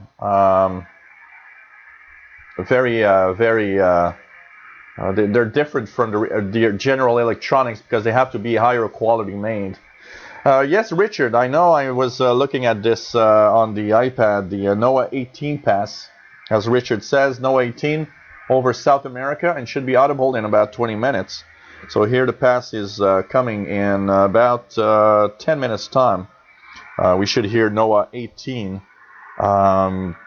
overhead. And NOAA 18's frequency is, if we check it out, I always forget the frequencies. NOAA 18 is 137.100. Apparently, so we're going to check it out. It used to be on 137.9125, if I'm not mistaken. Yeah, here it says 137.913. So apparently it changed to 137.100. So we'll try 137.100 in 10 minutes for NOAA weather satellite, and we'll check that out. And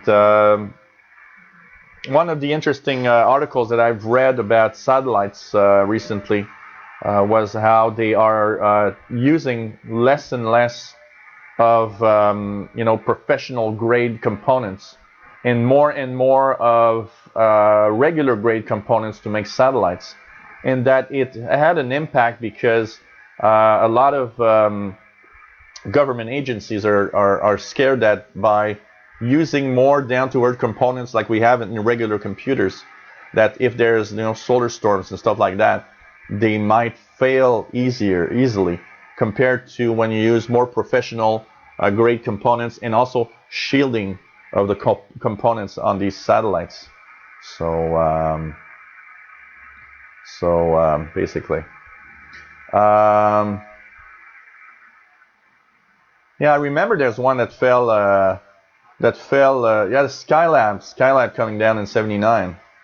I remember. I was young. I was 10 years old, but I remember that there was a lot of talk about the Skylab coming down in '79. So, by the way, for those that love watching satellites visually crossing the sky, apparently their new Chinese space station is amazingly bright to see. I have to go out and see that one evening. Apparently it's very, very bright. And for those that never watched the International Space Station, that's also a very, very bright satellite in the sky to watch, just to look at. How often do I live stream? Well, I live stream every Fridays at 2000 hours Universal Time. And 1 week is this channel, which is the VHF UHF wideband. The other week is on the other channel, which is the official SWL channel, and I tune around the shortwave bands. I also live stream every 2 weeks on Saturdays for a shortwave show where we talk about a shortwave radio subject. By the way, just quickly, for those that wonder, my next broadcasts or live casts or webcasts or whatever, next show for radio is next Friday, the November 11th. We will be tuning the bands, 2000 hours UTC. Saturday, the 12th of November, shortwave hangout, wideband hangout. This show next time will be on Friday, November 18th, and then we have November 25, 2000 hours UTC tuning the bands, and November 26th, shortwave hangout. And some of you know it because you follow me on the other channel, but there's my Windows channel where I actually have live shows every Tuesdays starting at 1900 hours, 2000 hours UTC starting next week, because basically we are changing time in North America this weekend. So on Saturday night to Sunday, we are rolling back 1 hour in North America. So every Tuesdays I have live shows where I answer questions. So shortwave, yeah, shortwave is part of the spectrum, radio spectrum, where you listen to stations from around the world. There's international radio broadcasts. There's all sorts of interesting signals on shortwave to listen to, and it is great. You should join one of those, and you'll learn how shortwave is actually a cool thing. So hello, Calvin. Nice to have you on board, as usual. And guys, I'm just going to take 2 seconds. I am going to look here for a second. I have something. Well, my phone is restarting all the time. There's something happening. My phone started crashing. There was an update yesterday, and I noticed that my phone started crashing every hour or something. Really I'm going crazy with this. So basically I'm just gonna check here for NOAA 18 coming up in a few minutes. I'm just gonna go see if DX the cat wants to come in, because it's cold outside and he's been outside for almost 2 hours now, and I'm gonna get myself another beer, and of course I will continue talking about radio as we're going on. So basically, we are, of course, every Friday on doing a little something. So if anybody wants to listen to my live webcasts, just join, and we talk about radio. So we're having a lot of fun. We're a nice little gang. It's one of the great places to learn about radio too, because it's something where we are all here to help. If you are somebody that wants to start, to listen to the radio and understand a little more about the radio hobby, this channel is a great place. And YouTube and the internet in general, there's a lot of stuff that you can actually learn, and don't hesitate to ask any questions. It's the place for that. Okay, hello Castrol. Nice to have everybody here. And the cat ran inside from outside. Was quite happy, I think, to come back from the cold weather. It's PLF, the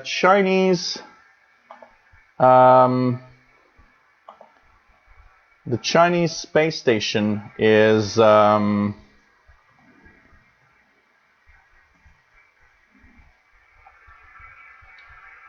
Tiangong 3, I believe, right now. This is what they have. Tiangong, T-I-A-N, Tiangong 3.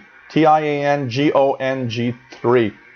This is, I believe, the one that's up right now, or it's the 2 or something like that. But it's getting a pretty big. Apparently, it's getting pretty big. So they're really building that Chinese space station. So let's check out for the NOAA 18 weather satellite coming over Montreal in almost there now. 137.100.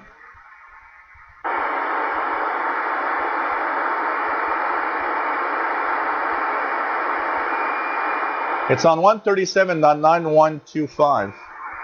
So the website was wrong. So if you guys want to hear on the East Coast, NOAA 18 weather satellite, it's 137.9125. Or if you don't have a scanner that can do the in between, tune your scanner to either 137.910, sorry, 137.910 or 137.915. But here it is. You hear the pinging of the NOAA 18 satellite coming through right now. So pretty cool.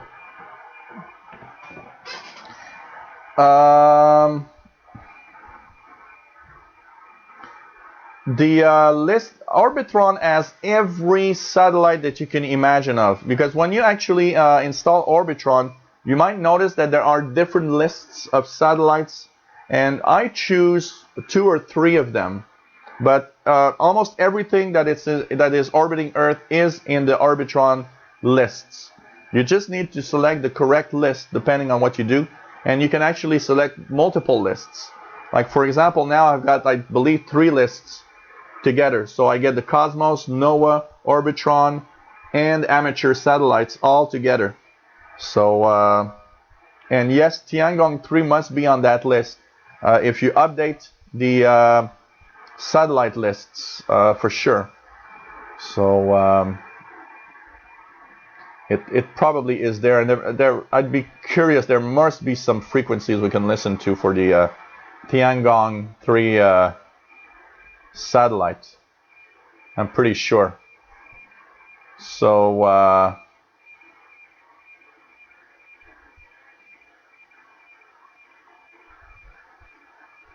what do I do for a living? Right now, 60% YouTuber and 40% tech guy. That's pretty much my living. It used to be 100% tech guy. Then I started doing live shows. I started doing posting videos on different channels on YouTube.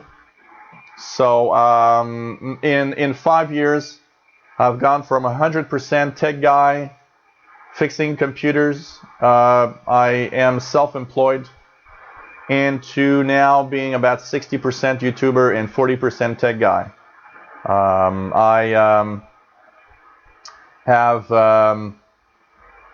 I have been having a lot of fun with making videos and doing live shows.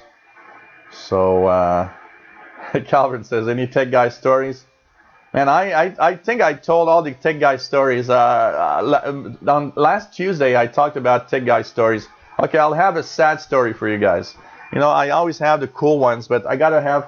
There's one sad story that I told on Tuesday that was just so sad and heartbreaking. In all the years, I was saying how as a tech guy, you have some clients that some of my clients consider me as friends. You know, I've got invited to barbecues, and I even got invited to a wedding.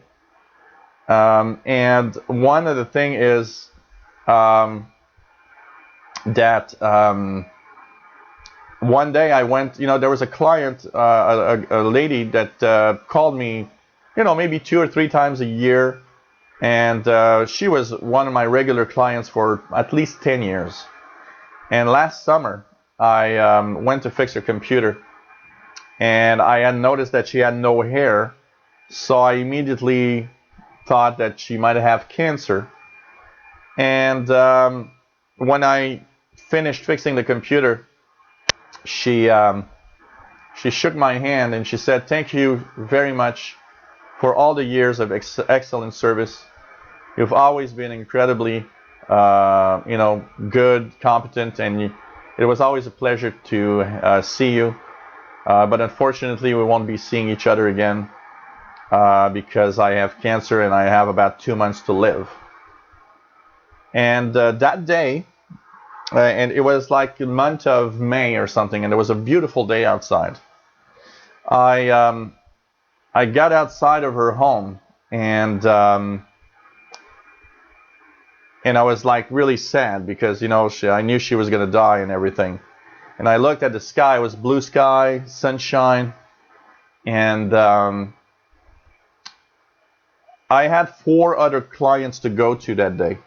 But after that encounter with that person telling me that she's gonna die in 2 months and everything, I was in a mood of, okay, no, today I want to do what I really want to do. So I called up all 4 of the clients I had. I said, sorry, I won't be able to go today. Do you mind if we you know, change the day of our to fix the computer and everything? And I decided to just, you know, enjoy the day, take it easy. I walked home. I was like about an hour and a half walk distance, and which took a lot longer because I stopped everywhere. I stopped somewhere for ice cream. I stopped another place, had a beer. Slowly coming home and watching the beautiful day and thinking, well, you know, just enjoying, because I was thinking, well, you know, that's going to happen to me one day. You know, someday I know I'm gonna, you know, either I'm going to die and I won't know it, or somebody, you know, doctor's going to tell me you got 6 months to live, and that's unfortunately what's going to happen to all of us at some point. But that affected me a lot that day. It was like, wow, I really want to just do what I like. The NOAA weather satellite is actually making my S meter going up to S5 right now. It's pretty interesting signal. If you consider that I only have a vertical antenna, it is quite good, the reception I get of these satellites. So that's the sad story. I didn't want to make anyone cry, but yep, Danny, Shortwave and Radio DX. I also subscribed this week. So, you know, it makes you think. Makes you think that life is not forever. And I gotta say, you know, it's like sometimes you get these things, you know, the only other time in my life that I really felt that bad, almost even worse probably, 2 other times is when my mother died, and when my sister died of breast cancer. My mother, when she died, it affected me, of course, like everybody, except that my mother, I had taken care of her for a long time, and I knew she was really sick. So for some reason, when she died, I coped with that better because I knew it was coming. But for my sister with breast cancer, it was a total surprise. It was like she gets breast cancer and 6 months later she's dead. And it's like, whoa, what is this? It's like somebody just hit me in the face. That was probably the worst moment of my life for that. But you know, it makes you think. You gotta enjoy, and that's why I do these things. What I'm doing right now, I don't want to do a stupid job that I don't like. I don't care how much it could pay. I don't want to do something I don't like. I don't like authority. That's why I'm self-employed. Having a boss over me is not for me, because I know I'm gonna go crazy. Last job I had, I was a boss. I was the boss for 4 years. And of course, you still have the big boss that's telling you that your employees need to work more. But, you know, I could cope a little better with that because I was pretty much relaxed. But still, I wasn't happy working at that job. And most people have been really happy. And, you know, I had a great salary and everything. But I always wanted to be self-employed, do my own thing. And that's why these shows exist. I want to do my own thing. And I think that's what's important. So I do this because that's what I want to do. Really, that's what I want to do. Get your cat on cam. I love cats. Well, he got in, but I think he went to sleep in the living room. So I don't want to wake him up. So your cat is called Ninky Nonk. That's nice. Ninky Nonk. Okay. Nice. My name is Paul. Technically, Paul is the real name of the cat, but we've the radio guys kind of gave him another name, which is DX the cat. So that I do like also. I can tell you that. So so NOAA 18 weather satellite just crossing. It's pretty cool. Any shortwave radio DX says, yes, I lost my mom and my brother in a span of 2 years. That made me basically retire. Now I have a 2-year-old son and spend all my time with him now. That's cool. About the 2-year-old son, I'm calling. You know, take the time and exactly, Steve. That's exactly what I do. I work to live better than I don't live to work. You know, I'm not. I do know that I could make more money if I just concentrated on, say, you know, I could have a great job. You know, I could be somewhere with. If I had stayed where I was before as a boss, I don't know. I'd be making, you know, $100,000 a year probably now, which is a very good salary. But you know what? My take on life is not money. Money is not what is making me happy. It's having the time to do what I want. I'm not rich and I don't do that big of a salary, honestly, by changing all of what I did. But I gotta say, I'm really happy. I'm happy. I have the time to do what I like. I work from home a lot, and you know, I'm happier like this. I'm happier with less money. You know, I could be a full-time, even when I was a tech guy full-time. I never, you know, I could have worked my ass off. Like, you know, have 5 clients, 6 clients a day, 7 days a week, 8, you know, 5 days a week, 6 days a week, 7 days a week. I could have had so many clients.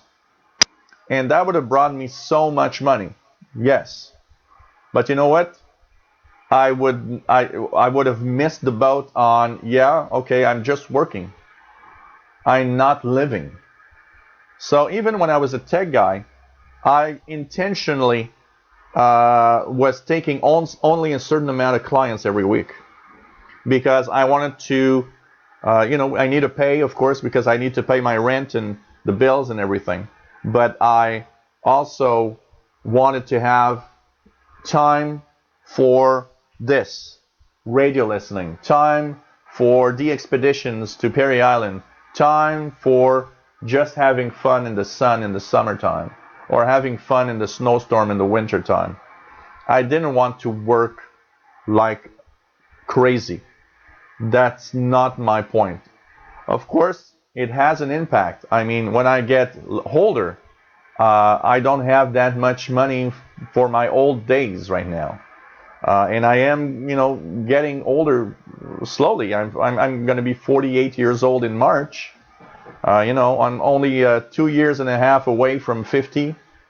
So, but I don't know. I guess I'm living with the times, and I'll see what's going to happen. And you know, right now I do stuff I like. I do these shows I like. I have a great fan club in you guys, and I'm mostly enjoying life. I think that's the thing.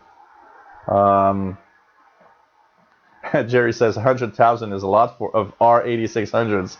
Yes, for sure, for sure.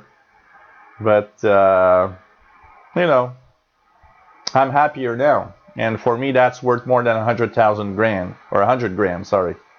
You know, being happy is there's no price tag to being happy, and I am happy right now in what I do. Of course, you know, I'm working hard to try to make it better because I need to try to make all the YouTube stuff more, rack in more money so that I have even more possibilities. But you know, I'm okay. You know, I'm paying everything, and I have food on my table, and you know, a lot of people probably would love to be in my own position, seeing all that I do and all the, before I did the show this afternoon, give you an idea. Today, I posted my news bulletin on the Windows channel that I post every day. And then I just, I went out around noon, took a nice long walk. It was a beautiful day today. Just took it easy. Came back around 3 p.m. to start everything for the live show and just have a lot of fun. So Drago says, I would love a kayak with a shortwave radio built into it. But of course, the radio will have to be waterproof. Celine with her kayaks. Man, a kayak. So, Matter Radio DXer says, money or materialism does not increase happiness. That's why I'm selling some of my stuff, including my radios. Yeah. Yes, I did catch some Pokemon. Steve says, caught some Pokemon. Yes, I did. Yes, I did. Mostly went through the Pokestops because I didn't have any more Pokeballs. I used them all. So I took a walk. It's funny because sometimes I take a walk with friends, and the funniest thing is they're all telling me, why are we walking like this in this direction? And I'm always telling them, well, it's because all the Pokestops are in that direction, so I can get Pokeballs while we're talking. And yes, I did hatch some eggs. And thanks to Google, what's it called? Google, that app that you install that actually asks you a survey, Google survey. I've been making a little bit of money under Google surveys that I actually buy stuff with for Pokemon Go with. So, yep. So, we go around and everybody's telling me, it's like, why are we walking in this weird direction? Oh, it's just that all the Pokestops are there. It's okay. So, nope, eggs don't hatch when you drive. That's why I use the bike. Sometimes I go on my bike and I just, take a small ride on the bike. Now I'm thinking that I want to have a little stand on my bike that I can put my phone on so that, I can see everything and just stop by the side of the road when there's a Pokemon or there's something. Mad Radio DXer says, I played too much Pokemon in the past. Now I find it hard to get into Pokemon on the smartphone. So, can I pick up live conversation on my radio right now?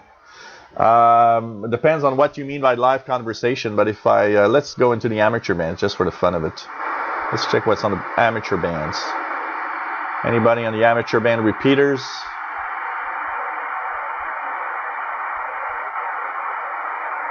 Amateur bands are damn. Here we go. Here's one. This is a repeater. Amateur band repeater. 147, 315. Ah ben oui, c'est sûr, c'est un bon répéteur ça ici là. Avez-vous beaucoup de membres vous autres sur ce... So this is an amateur repeater. What else do we have? Anything else to listen to here? Here, let's Public Works.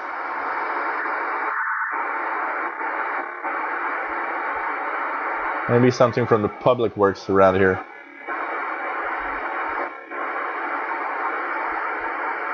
It's pretty quiet, but it's, early evening now. We're all taking it easy. But there's a lot of stuff to listen to. It all depends on, what you want to listen. Here we go. This is probably a police frequency from out of town. So there's a lot of stuff, it depends where I want to listen to. Of course. So there's stuff. Yeah, it works up to 20 miles per hour. So lots of stuff you can listen to, but you just have to take the time. Ah, man. Jerry says, wife just told me one of her friends died yesterday, fell through a skylight. He was an electrician. His wife was diagnosed with cancer and they have 2 little boys. I'm like, wow, I'm quitting my job and moving to Montreal to listen to Radios with Jill and have a few beers. Come on, Jerry. Let's do it. Just come to Montreal. We have beers, and we'll be two hosts on the radio shows. We'll have two people, Jerry and me, on the radio show. The JJs. Jerry and Jill.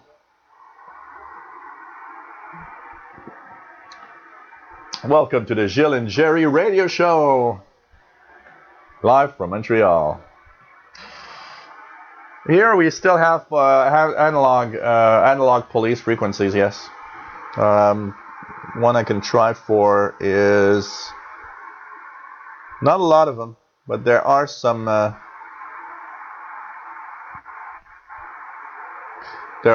analog police frequencies here, quite a lot to listen to. What's a repeater? A repeater is basically it's a little package that has a receiver and a transmitter. Now, think about amateur radio operators, okay? When you're on VHF or UHF, it's pretty much line of sight when you transmit. So that means you will have a certain distance that you can talk to someone else. Say that you can talk 20 kilometers, okay? What amateur radio has done, and many, by the way, commercial, companies and stuff like that do also, is that they add on top of a tall building or a mountain a little package that is a receiver and a transmitter. And what that does is that now the amateur radio operator transmits, it gets into that package, and because it's high up somewhere, like on a tall building, it retransmits that conversation somewhere else. So instead of 20 kilometers, suddenly when you have a repeater, it can extend the range of your communications to 50, 60, even 100 kilometers sometimes. So it's there to really make communications actually on a wider area and have people talking in a bigger distance, basically. So that's pretty much a repeater. Hey, Nick Hemendot, nice to have you on board from Romania. And yes, the RTL SDR USB dongle will help you receive the International Space Station and weather satellites. All you need is just to have the correct or a good enough antenna. And actually, that's something that I was thinking about. One of the things I've never done on the channel, because I always show satellites received with this, is to show how I receive satellites with the RTL dongles. So I want to do a series of videos showing that I receive the International Space Station or weather satellites or Cosmos satellites only using that little dongle that is basically, cheap $10 to $20 receiver. So Penny Shortwave says FDNY and NYPD are still on analog. Actually, there was an interesting article, I believe is on Spectrum Monitor, where some police organizations in the United States that were digital switch off the digital and are back on analog because people are saying, because of the people that are saying that the police isn't transparent enough and that because we don't know what they're doing or saying, maybe they could be doing bad things. So they turn off digital in some places because they want to make sure that people can listen in and see what they're really doing. What's kind of interesting. And yes, it's cool to see the signal as well as hearing it. That is true. That is very, very true. Danny Shortwave says, I was listening to the Chicago police on my phone on the night the Cubs won the World Series. They were a very busy night. Here, I'll never forget. Last time the Hams, the Canadian the Montreal hockey team, the Montreal Canadiens, won the Stanley Cup in, I believe, 92. There was a riot here in town. And I believe, man, that was one hell of a night to listen to the scanner radio. I was on scanner radio all the time. JSD 300, what's the difference between this channel and official SWF channel? Nice to have you on board. This channel only has videos of 30 megahertz and up. I will never post a shortwave video here. I will post on the VHF, UHF channel anything that is related to 30 megahertz and up. On the shortwave channel, it is 30 megahertz and down. So shortwave, medium wave, long wave is all in that one. So it's two frequency ranges, two different frequency ranges. So that's why I have two separate channels here. So that's why. I thought that, you know, at first I thought of putting everything in one channel, but because shortwave is and medium wave and everything is such a big chunk already, I thought that it would be interesting to separate them and have something more than just VHF, UHF. So here, that's the thing. We have that frequency range here. And like, you know, there's a few people that says, I wish you would post more videos. Yes, I really need to post more videos, of course. So, okay, Bill D, nice to have you on board, and don't hesitate to come back. Peace, and take care. And I will check it out. I will check Regular Star YouTube, and for sure. So, Steve says, best to just subscribe to all Gilles' channels. Yeah, some people are pretty much everywhere. Today, I didn't even know, but today was funny because I posted my news bulletin on my Windows channel. And Hamrad 88, which is Tom Stiles on his Hamrad 88 YouTube channel, which deals with, you know, shortwave radio, posted a comment on my Windows channel, and it's like, oh, you're here too. It's like I do have a following on many channels at the same time.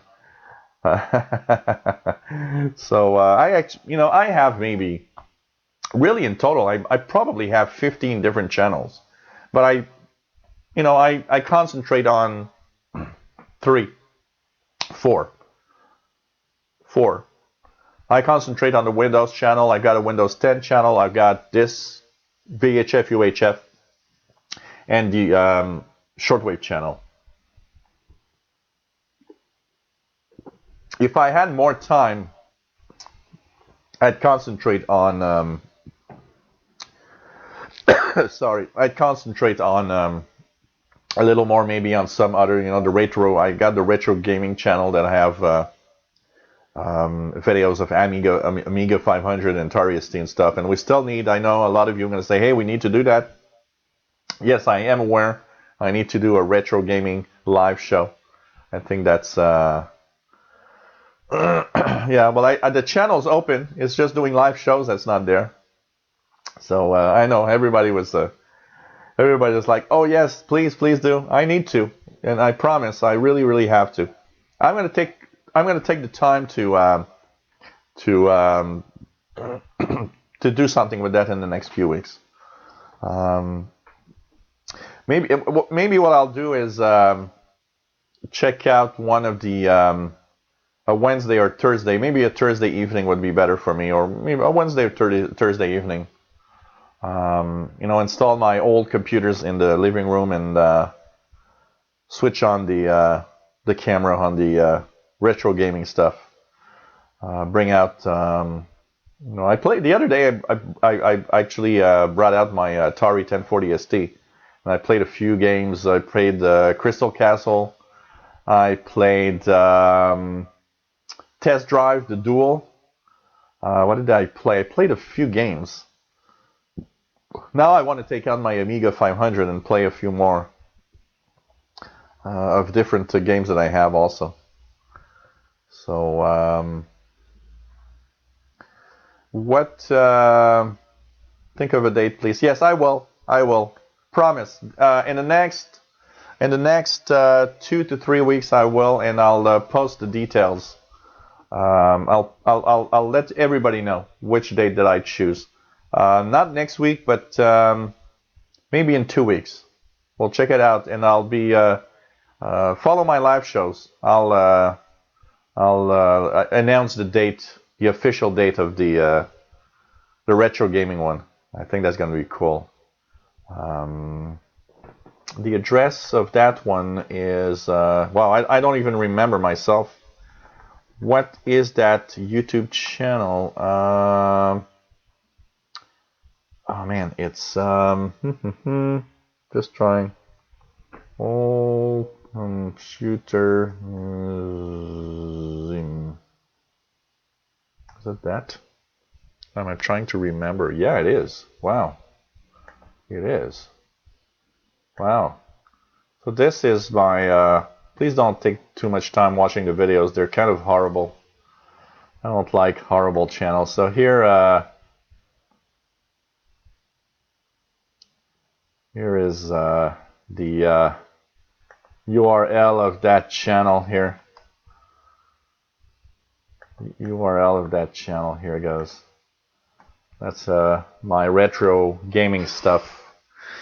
YouTube. Don't take too much time watching videos. They're kind of horrible a little bit.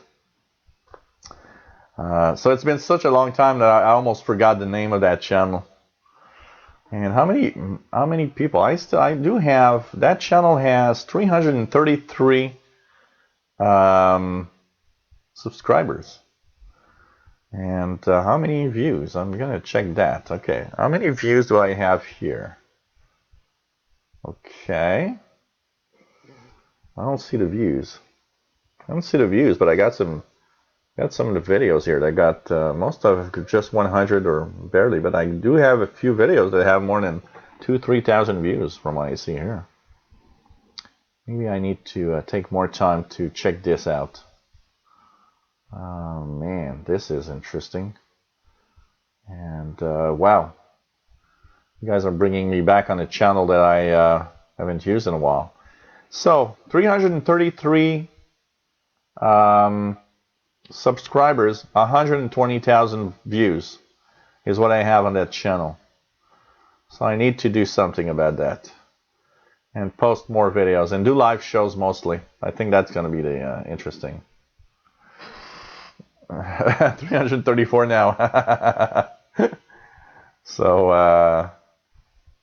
yeah. Yep, radio reference, a great place to find those frequencies. If you guys are looking for frequencies for anything that is in the VHF, UHF range, radio reference is, yes, a very, very good place. Let's check out here as we're going on. Any other? Okay. NOAA 15 coming for a interesting pass at in 10 minutes, not even. In 8 minutes, 7 minutes, we're going to have another NOAA weather satellite, NOAA 15. So I'm going to check that out. Don't watch them all, Steve. They're rather boring. It's my own comments of games. And at some point, you know, I looked at it 6 months later and I said, wow, this is horrible. I've done some horrible stuff on that channel. I don't know. Don't watch too much. I should delete everything and restart from scratch.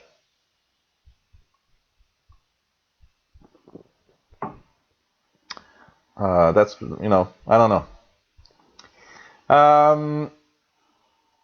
So NOAA 15 coming up. Let's just check it out. Oh man, it does. I used to be, you know, on my Commodore computers and on my Amiga and everything, man, I used to play so many games all the time.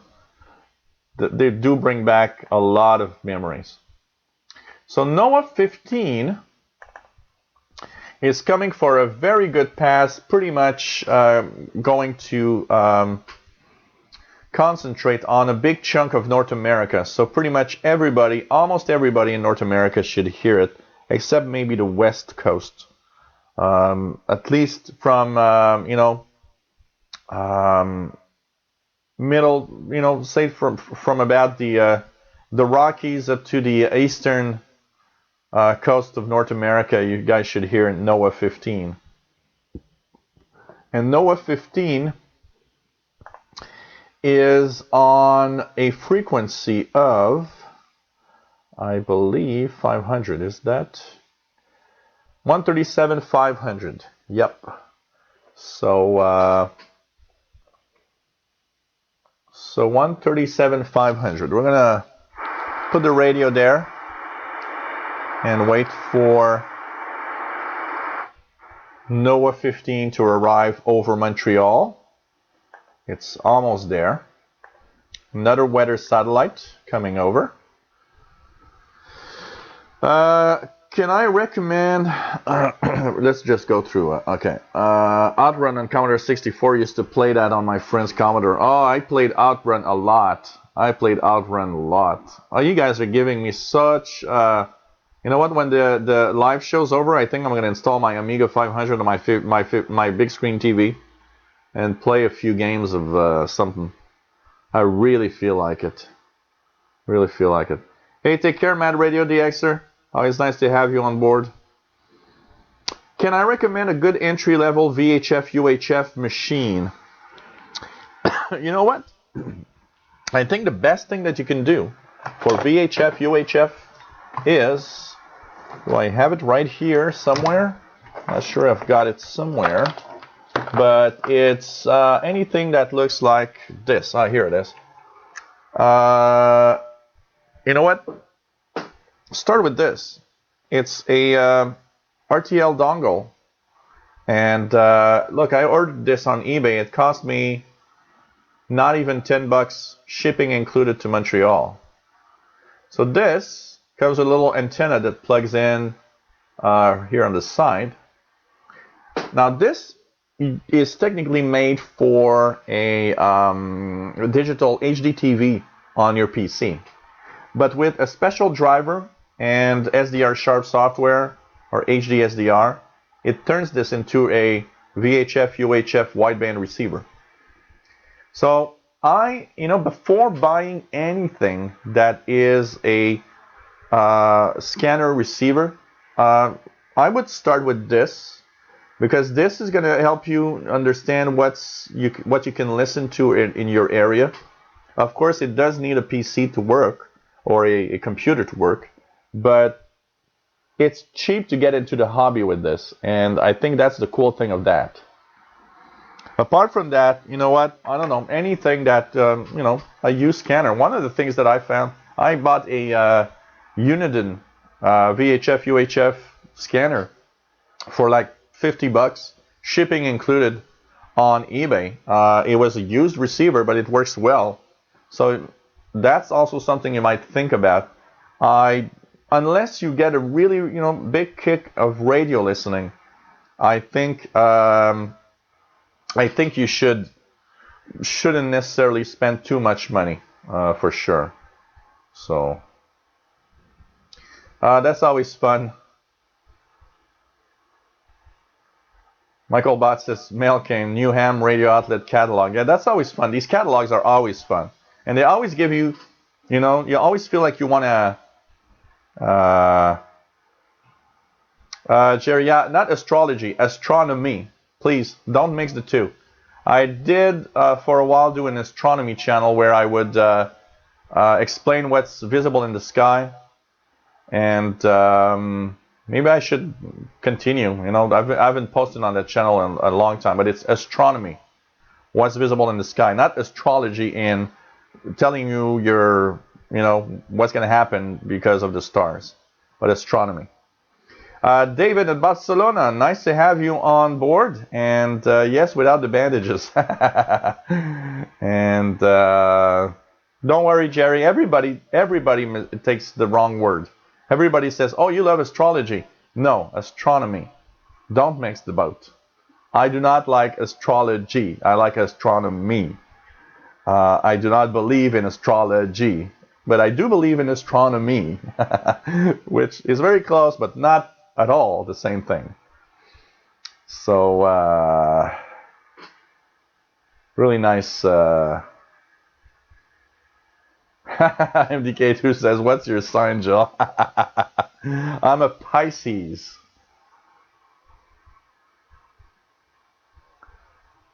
What else do we have here? So nice to see everybody. Which dongle to get? There are so many to choose from. You know what? Just choose an RTL dongle. Any RTL dongle. As long as it says that it's an RTL-based dongle, it works. And don't spend a lot. $10, $15 is more than enough for one of those dongles. It just needs to have the RTL chip in it, and that's it. So whatever you get, because there are tons, but whatever you get is gonna work. The little dongle with a little antenna, and you're gonna start for cheap and you'll be able to see what if you find it interesting, you'll be going to, eventually something more. That's for sure. Steve says, Joel, you might be very surprised on the hits you will get for a retro gaming channel when the word gets out and you're doing them. There are a lot of 70, 80s babies out there just saying, yes, I know. That I do know.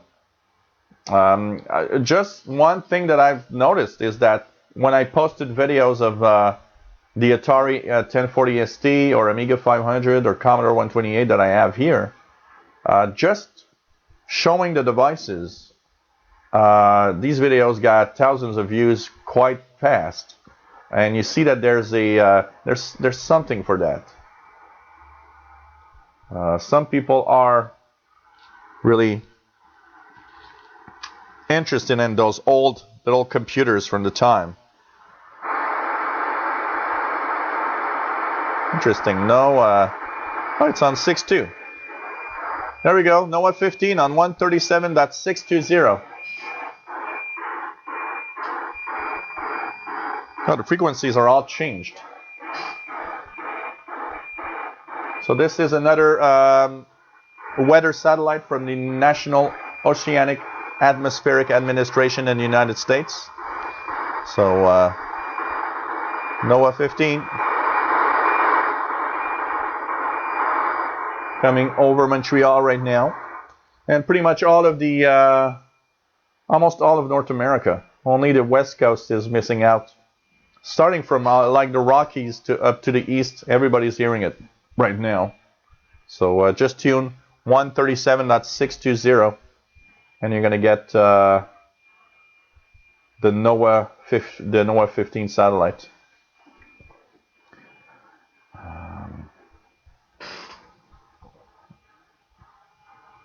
Yeah, I've got a video Drago on that. I've set it up already.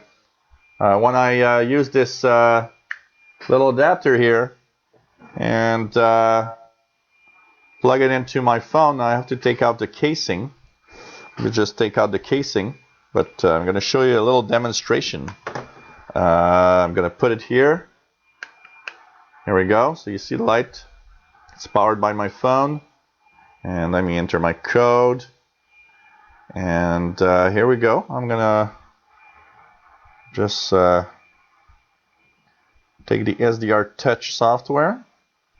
SDR Touch. Here we go. SDR Touch. So here we go. I'm going to put, just temporarily put like a little, I don't know if I can just shove a little piece of wire in here. I don't have the antenna, any antenna, but here goes. I'm going to turn it on. So you hear the static, and just check it out here if I do this, and I'm just going to try to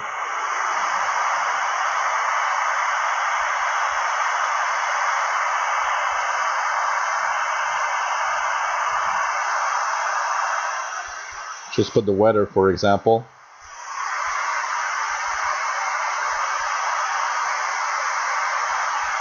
So I don't know if I can have it working or not, but just to give you an idea. Just try it out with a little. Here we go. This is the weather on 162.55. Débutant samedi soir. Prévision maritime de Montréal à Trois-Rivières, vent du sud-ouest de so this is pluie ou neige cette nuit et samedi matin. Possibilité. Weather from our local weather station on the VHF. So works really, really well, and it's fun because it makes this really portable suddenly to do that. And that is very, very nice. So, and I have a video on how to have it working. With the RTR dongle, you have a little antenna that connects to the side here. But you can also, I fiddled my own little antenna, but you need an antenna that plugs in here that will give you reception.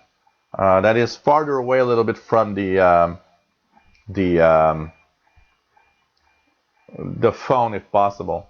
Yes, it's a Galaxy S7, Drago. If you have an S7 Edge, it works fine. And you know what? It's cool. You don't have to root your phone. On older models with older Android operating systems, you had to root your phone before you could have these working. But now, you don't have to. You just install the SDR Touch driver, and then you get SDR Touch, and this works great.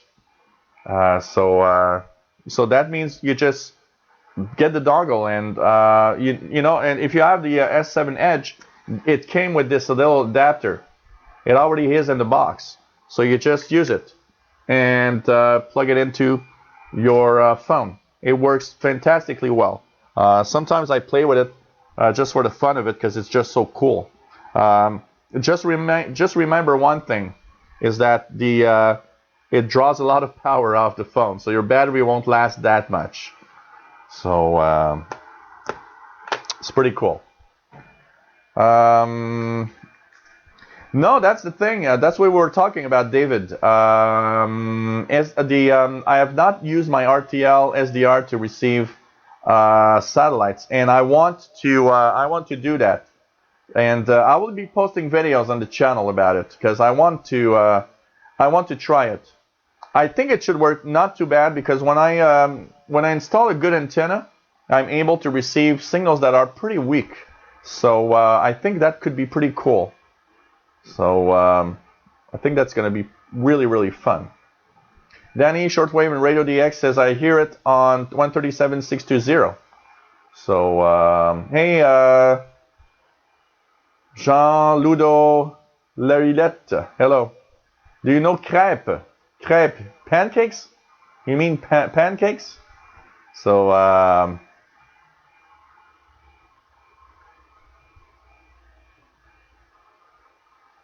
no, unfortunately, Steve, there's no SDR Touch or no possibility of installing an SDR dongle on an iPhone, unfortunately. Nothing, because of the structure and the way that the iPhone works, they're unable to do this. Unless somebody made it for a jailbreaked iPhone. That's why I love, you know what, I was an iPhone guy all the time before.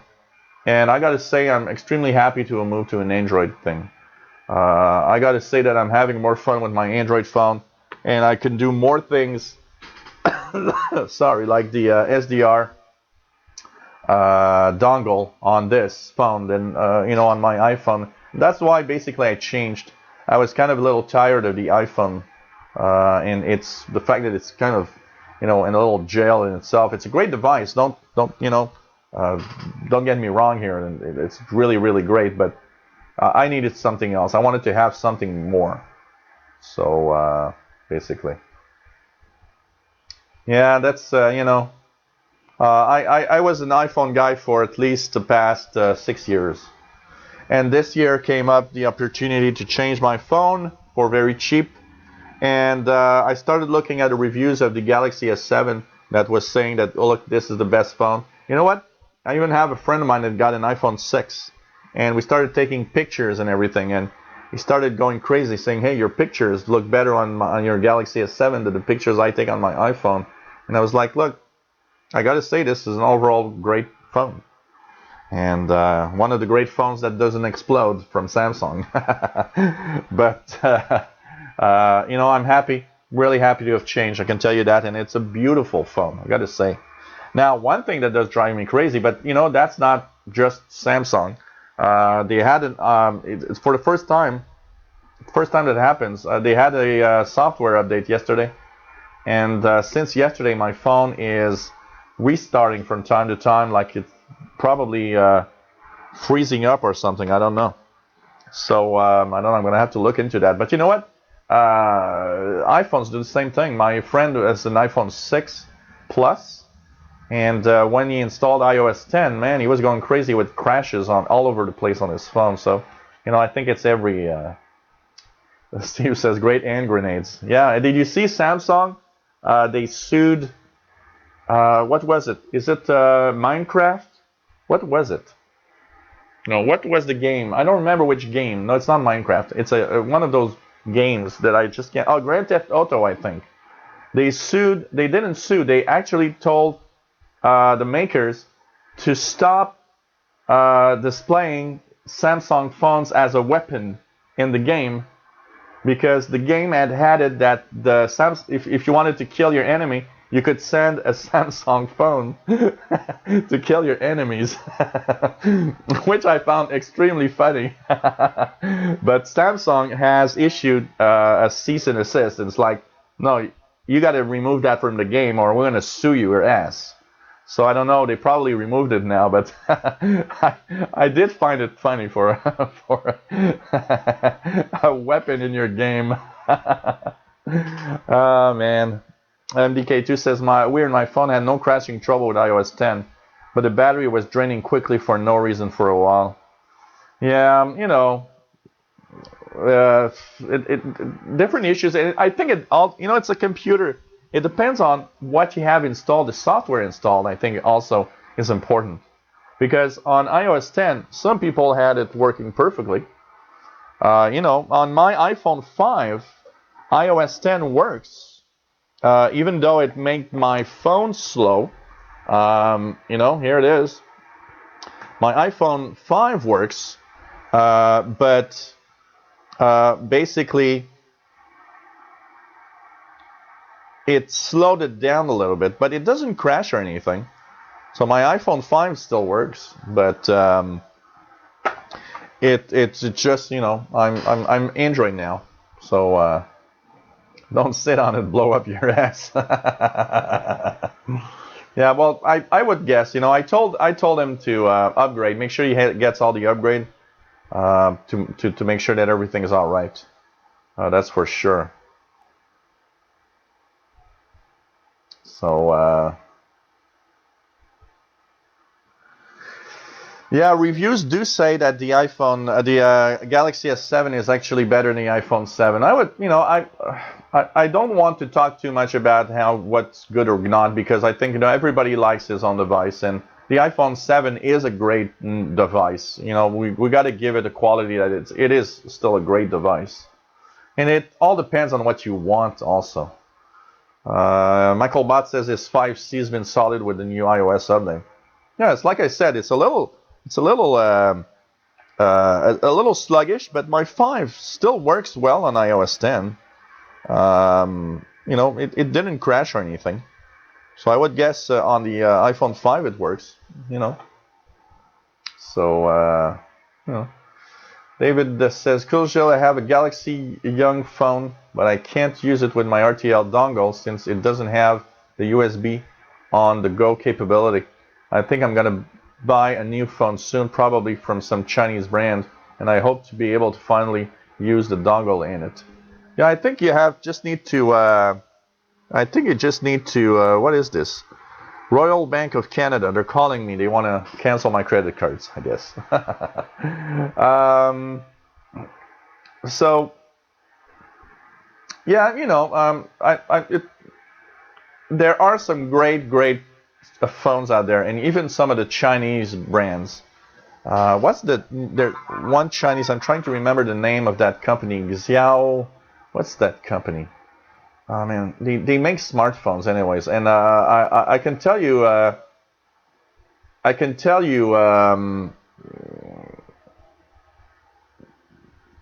That man, Huawei, is it Huawei? Huawei, I think it's called. They make Android phones that are very powerful. And I've seen some reviews of people saying that the Huawei Chinese phones for Android are actually amazing. Yeah, MDK2, the RTL dongle has the antenna. It has a little telescopic antenna that comes with it. It's a little telescopic antenna with a piece of wire that plugs into the adapter, the little connector here. It is included in the box. Danny Shortwave Radio DX says he's got a Huawei Honor 5X. You like it? I've seen some great reviews of the Huawei phones.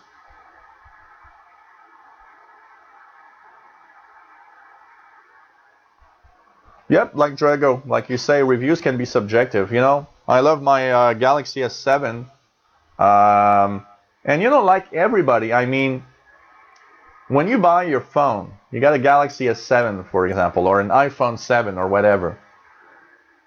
Let's be honest, we all have a little honor of having that phone. And we don't necessarily want to have shoved in our face, oh, you know, that phone is no good. You know, shut up. Just shut up and move on. So, you know, that's why I don't, you know, I think all phones have qualities and bad, you know. There's some sides of this phone that I'm like, what the hell? Like there's sides of the iPhone and you're out, yeah, okay, that should be better. But the basic part is that, you know, when we choose one, we like our phones. And we don't want somebody to, you know, shove us in their face that it's a bad phone or good phone or whatever. They're all, you know, except for some specific models, they are amazing. Danny Shortwave and Radio DX has paid $119 and is very happy with it. Cool. Oh yeah, of course, like Steve says, if you really, really want to use the RTL dongle seriously, you'll need to have a good antenna on it, though. And that's why I changed.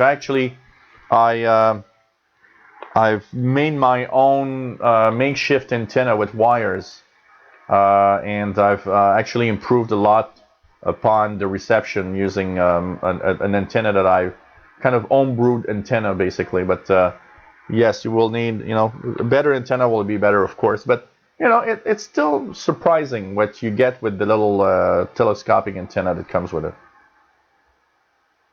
So, oh really, Danny Shortwave Radio DX says it makes good video. That's the one I use for my channel. Cool.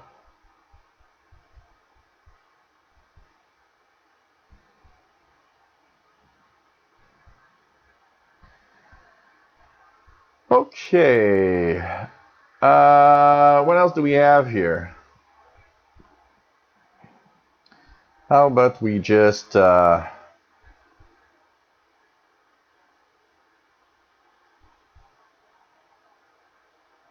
this guy out of here. Here we go. I hate idiots that come on the channel and say, hey, why not sub to me? I don't ask nobody to sub to me. I just, you know, go with the flow. I don't think I've ever asked anybody to sub to me except in my videos. I never went to another channel to spam and say, hey, why don't you sub to my channel? You're just an idiot when you do that. I'm sorry. You know, I sub because I find your content interesting, and it has to be always with my content. You know, I get people that have, like, you know, I don't know, they have a channel that's, you know, about whatever, and they're like, hey, you should sub to me. Well, this is a radio channel, and the only channels I sub to are the ones that are on that have radio videos. I will not sub to anything else than radio videos with this channel. Like my Windows channel, I'm a little more open because of competition a little bit. Unless you have something unusual, the Windows channel, I tend not to sub to Windows or to computer channels with it. But I will sub to different types of channels that have interesting videos. So it depends, but I mean, come on.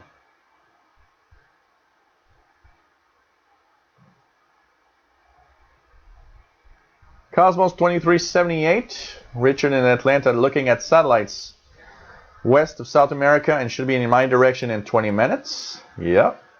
David says, yeah, Huawei, they're the only ones which are sold officially here in Spain with a full implementation of Android. For some reason, I would like to get a Xiaomi, but they aren't sold here in Spain, and they use a customization of Android called MIUI, so I could run into app compatibility problems. You know, if I had something that I would probably say negative of the Samsung phones.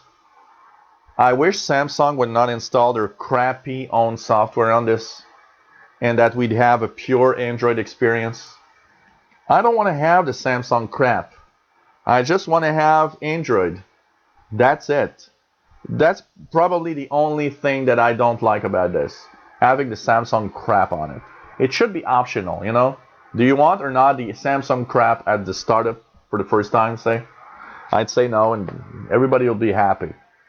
But apart from that, it's okay.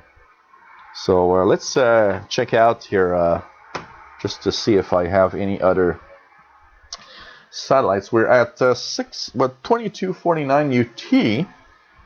We're already almost 3 hours into the show. It's incredible. So what do we have here? There's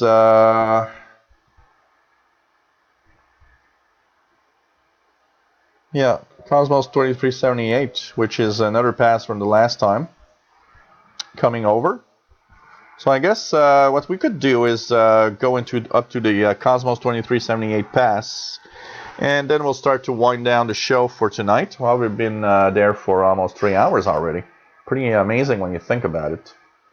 So, wow.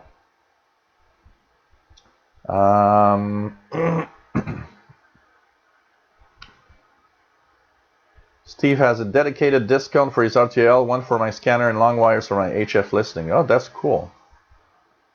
Oh, thank you, Steve. Thank you, Steve. Danny Shortwave Radio DX says I'm looking to get a discount antenna for my scanner right now. I'm using a 102-inch width antenna. It does a good job for now. Yeah, the only thing that 102-inch CB antenna is that it's not good for VHF, UHF that much, as you're getting really, really far away from its resonant frequency. So you're probably going to have more interest in having something that's more dedicated to the VHF, UHF spectrum. You know, mine is a vertical antenna. And everybody asks me, what are you using for VHF, UHF? And the funny thing is that my vertical antenna, I pay 99 cents, and I'm not joking, guys. That antenna was like 20, 30 bucks at the time. And one day I went to my electronics store where I get all my wires for my antennas and stuff. They had a big sale. Every antenna there was 99 cents. And I bought one. And today I'm thinking that I should have bought like 20 of them because at 99 cents they were giving them away. And I mean, if they were 99 cents today, I would have bought everything they have and I would have put them on sale on eBay for, you know, like $30 because wow, that's pretty amazing. Hey, take care, Steven. See you later. As I see here, you have more computer issues with your PCs. Hope that things get better. And always nice to have you on board, Stephen. Welcome back, Tim, to the live show. So basically,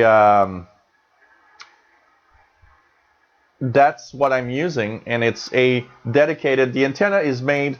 It was basically advertised as is a vertical mobile scanner antenna, and it was rated from 30 megahertz to 1300 megahertz when I bought it. And that's what I have in the back. And it is a mag mount, so it is magnetic. And because I have a metal shed in the backyard, it's super cool because it just magnetically goes on it. And because these antennas were intended to have a metal base on the magnet, because that's what makes the antenna work correctly, well, I guess that's giving it exactly what it needs for good reception.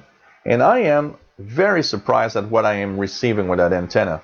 And it's nothing fancy. And you know what? I bought it for 99 cents. It's amazing. What I see that is actually giving me problems, my antennas in the back and the wire that goes from the antenna, the coax, from the antenna up to the radio here, I'd say that's at least 60 feet, 70 feet long.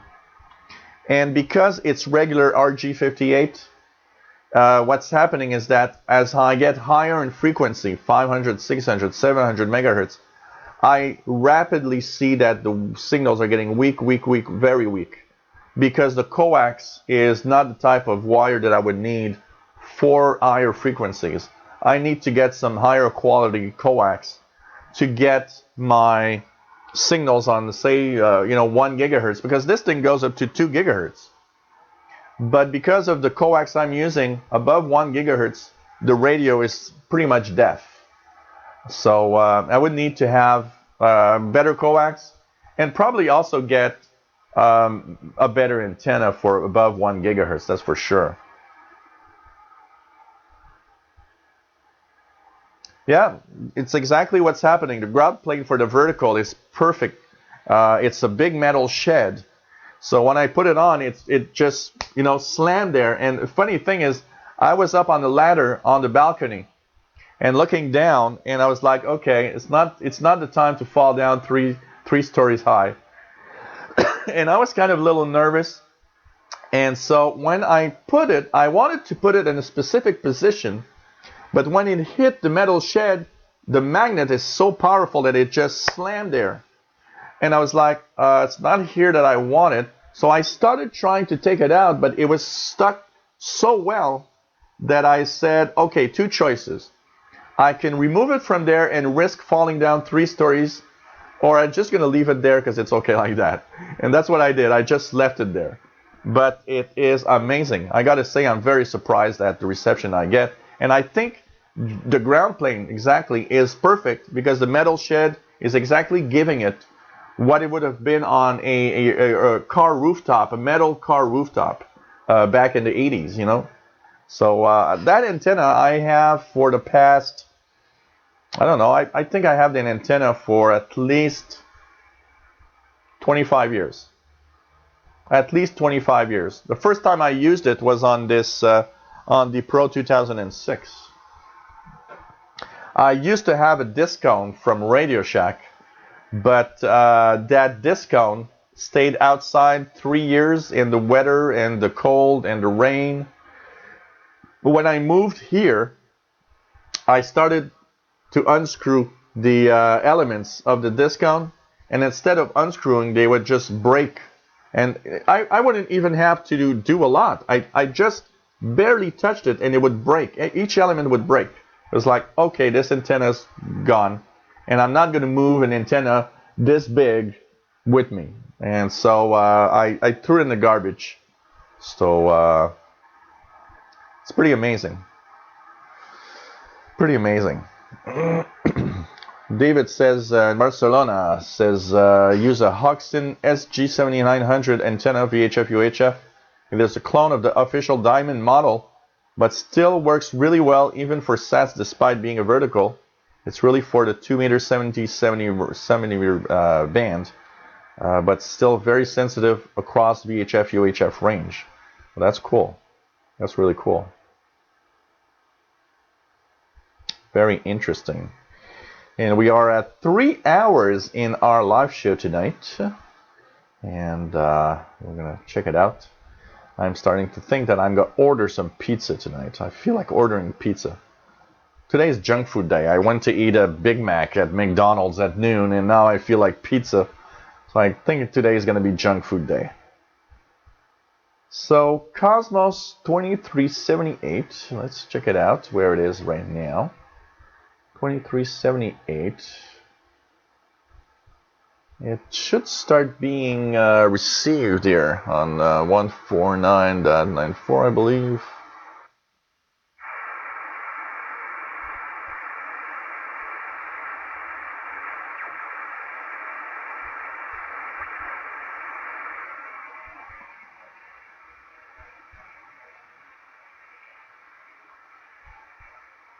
Not hearing anything now because I see the ground track is crossed Montreal, so should normally hear something, but don't seem to have much right now.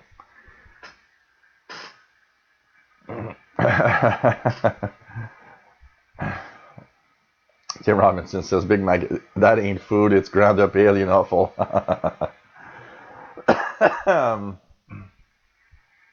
So,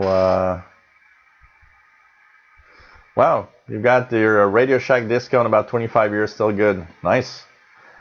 Well, maybe it's not, you know, one of the differences, Steve, is that here in the winter it gets to minus 30 degrees. Maybe that's the difference between you and me and the discount antenna. Here, an antenna has to suffer minus 30 in the winter with freezing rain, high winds, snowstorms, has to suffer thunderstorms and heat of like tropical heat of 30, 35 in the summer, humidity, rain, and everything. So it's just so so harsh on the antennas. So that might be one of the reasons. John Young, hi, welcome to the show, says all my antennas are indoors on the second floor. Discount for scanner, random wire for shortwave and Yagi to TV. No weathering or worries about the weather. That's for sure. If you've got not too much noise, like Steve says, yep, here no snow and no ice. Yeah, that's the thing. So here the antennas take really a real big beating, I would guess. Steve says already his diamond discount made solid to me for $25. Had a vertical element, but noticed it's gone. Huh. What's the URL you're tracking for tracking Cosmos 24? Oh, I'm using Arbitron. But if you type Cosmos 2378 tracking in Google, you'll see Google tracks satellites also. But right now, if I'm looking, it's yeah, just above Florida effectively. And but I'm not hearing. Not receiving anything. I guess it's not transmitting right now. I'm just gonna check out its frequency to make sure. 2378 is on one. That's the one on 149940. And I'm not hearing.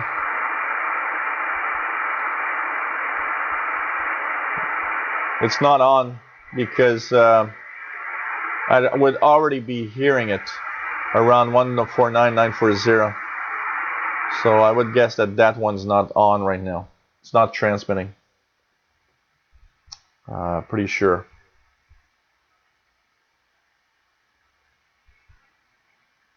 So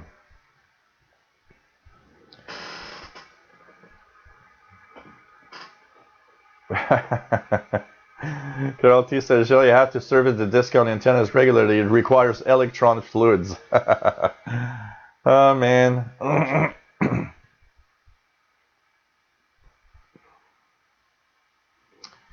So, okay, well, we've been on for a little more than 3 hours now, and we're going to start winding down. I'm going to take it easy for the rest of the evening. I'm probably going to continue tuning around and checking out satellites, probably. I think that's going to be a part of my evening listening. I'm going to continue on also. I have my shortwave frequency list that I want to up to date. I started updating it yesterday, and of course it should be available around mid-November. I'm going to wait for the time change because I know WRMI and some of the US stations also shift their programs 1 hour when we change time, so I want to make sure that everything on the list is okay. So for those that are waiting for my frequency list, another add-on in the frequency list this month will be amateur radio frequencies. Yep, we're going to have some stuff. If I hear some nets, or if you know, just anything that could be interesting, that is something that repeats itself. So there's going to be 3 parts now, starting this month. There's going to be the international broadcast part. There's going to be the utility stations part, and there's going to be the amateur radio part. And remember, that list is things that I've heard in the past 30 days. So everything in the list I've heard in the past 30 days here at my location. So that's coming around the 15th of November. I'll be releasing that one. And for the QSL cards, also for the pirate stations, pretty much everybody should get it this weekend. I will finish that card tomorrow. I've got the basic design and everything. So the EQSL is going to be in your email tomorrow or Sunday at the latest. So look for that if you are waiting for your QSL for my show where the pirate stations were rebroadcasting. That's coming up also. And basically, I think that's going to be pretty fun. So no problem, everybody.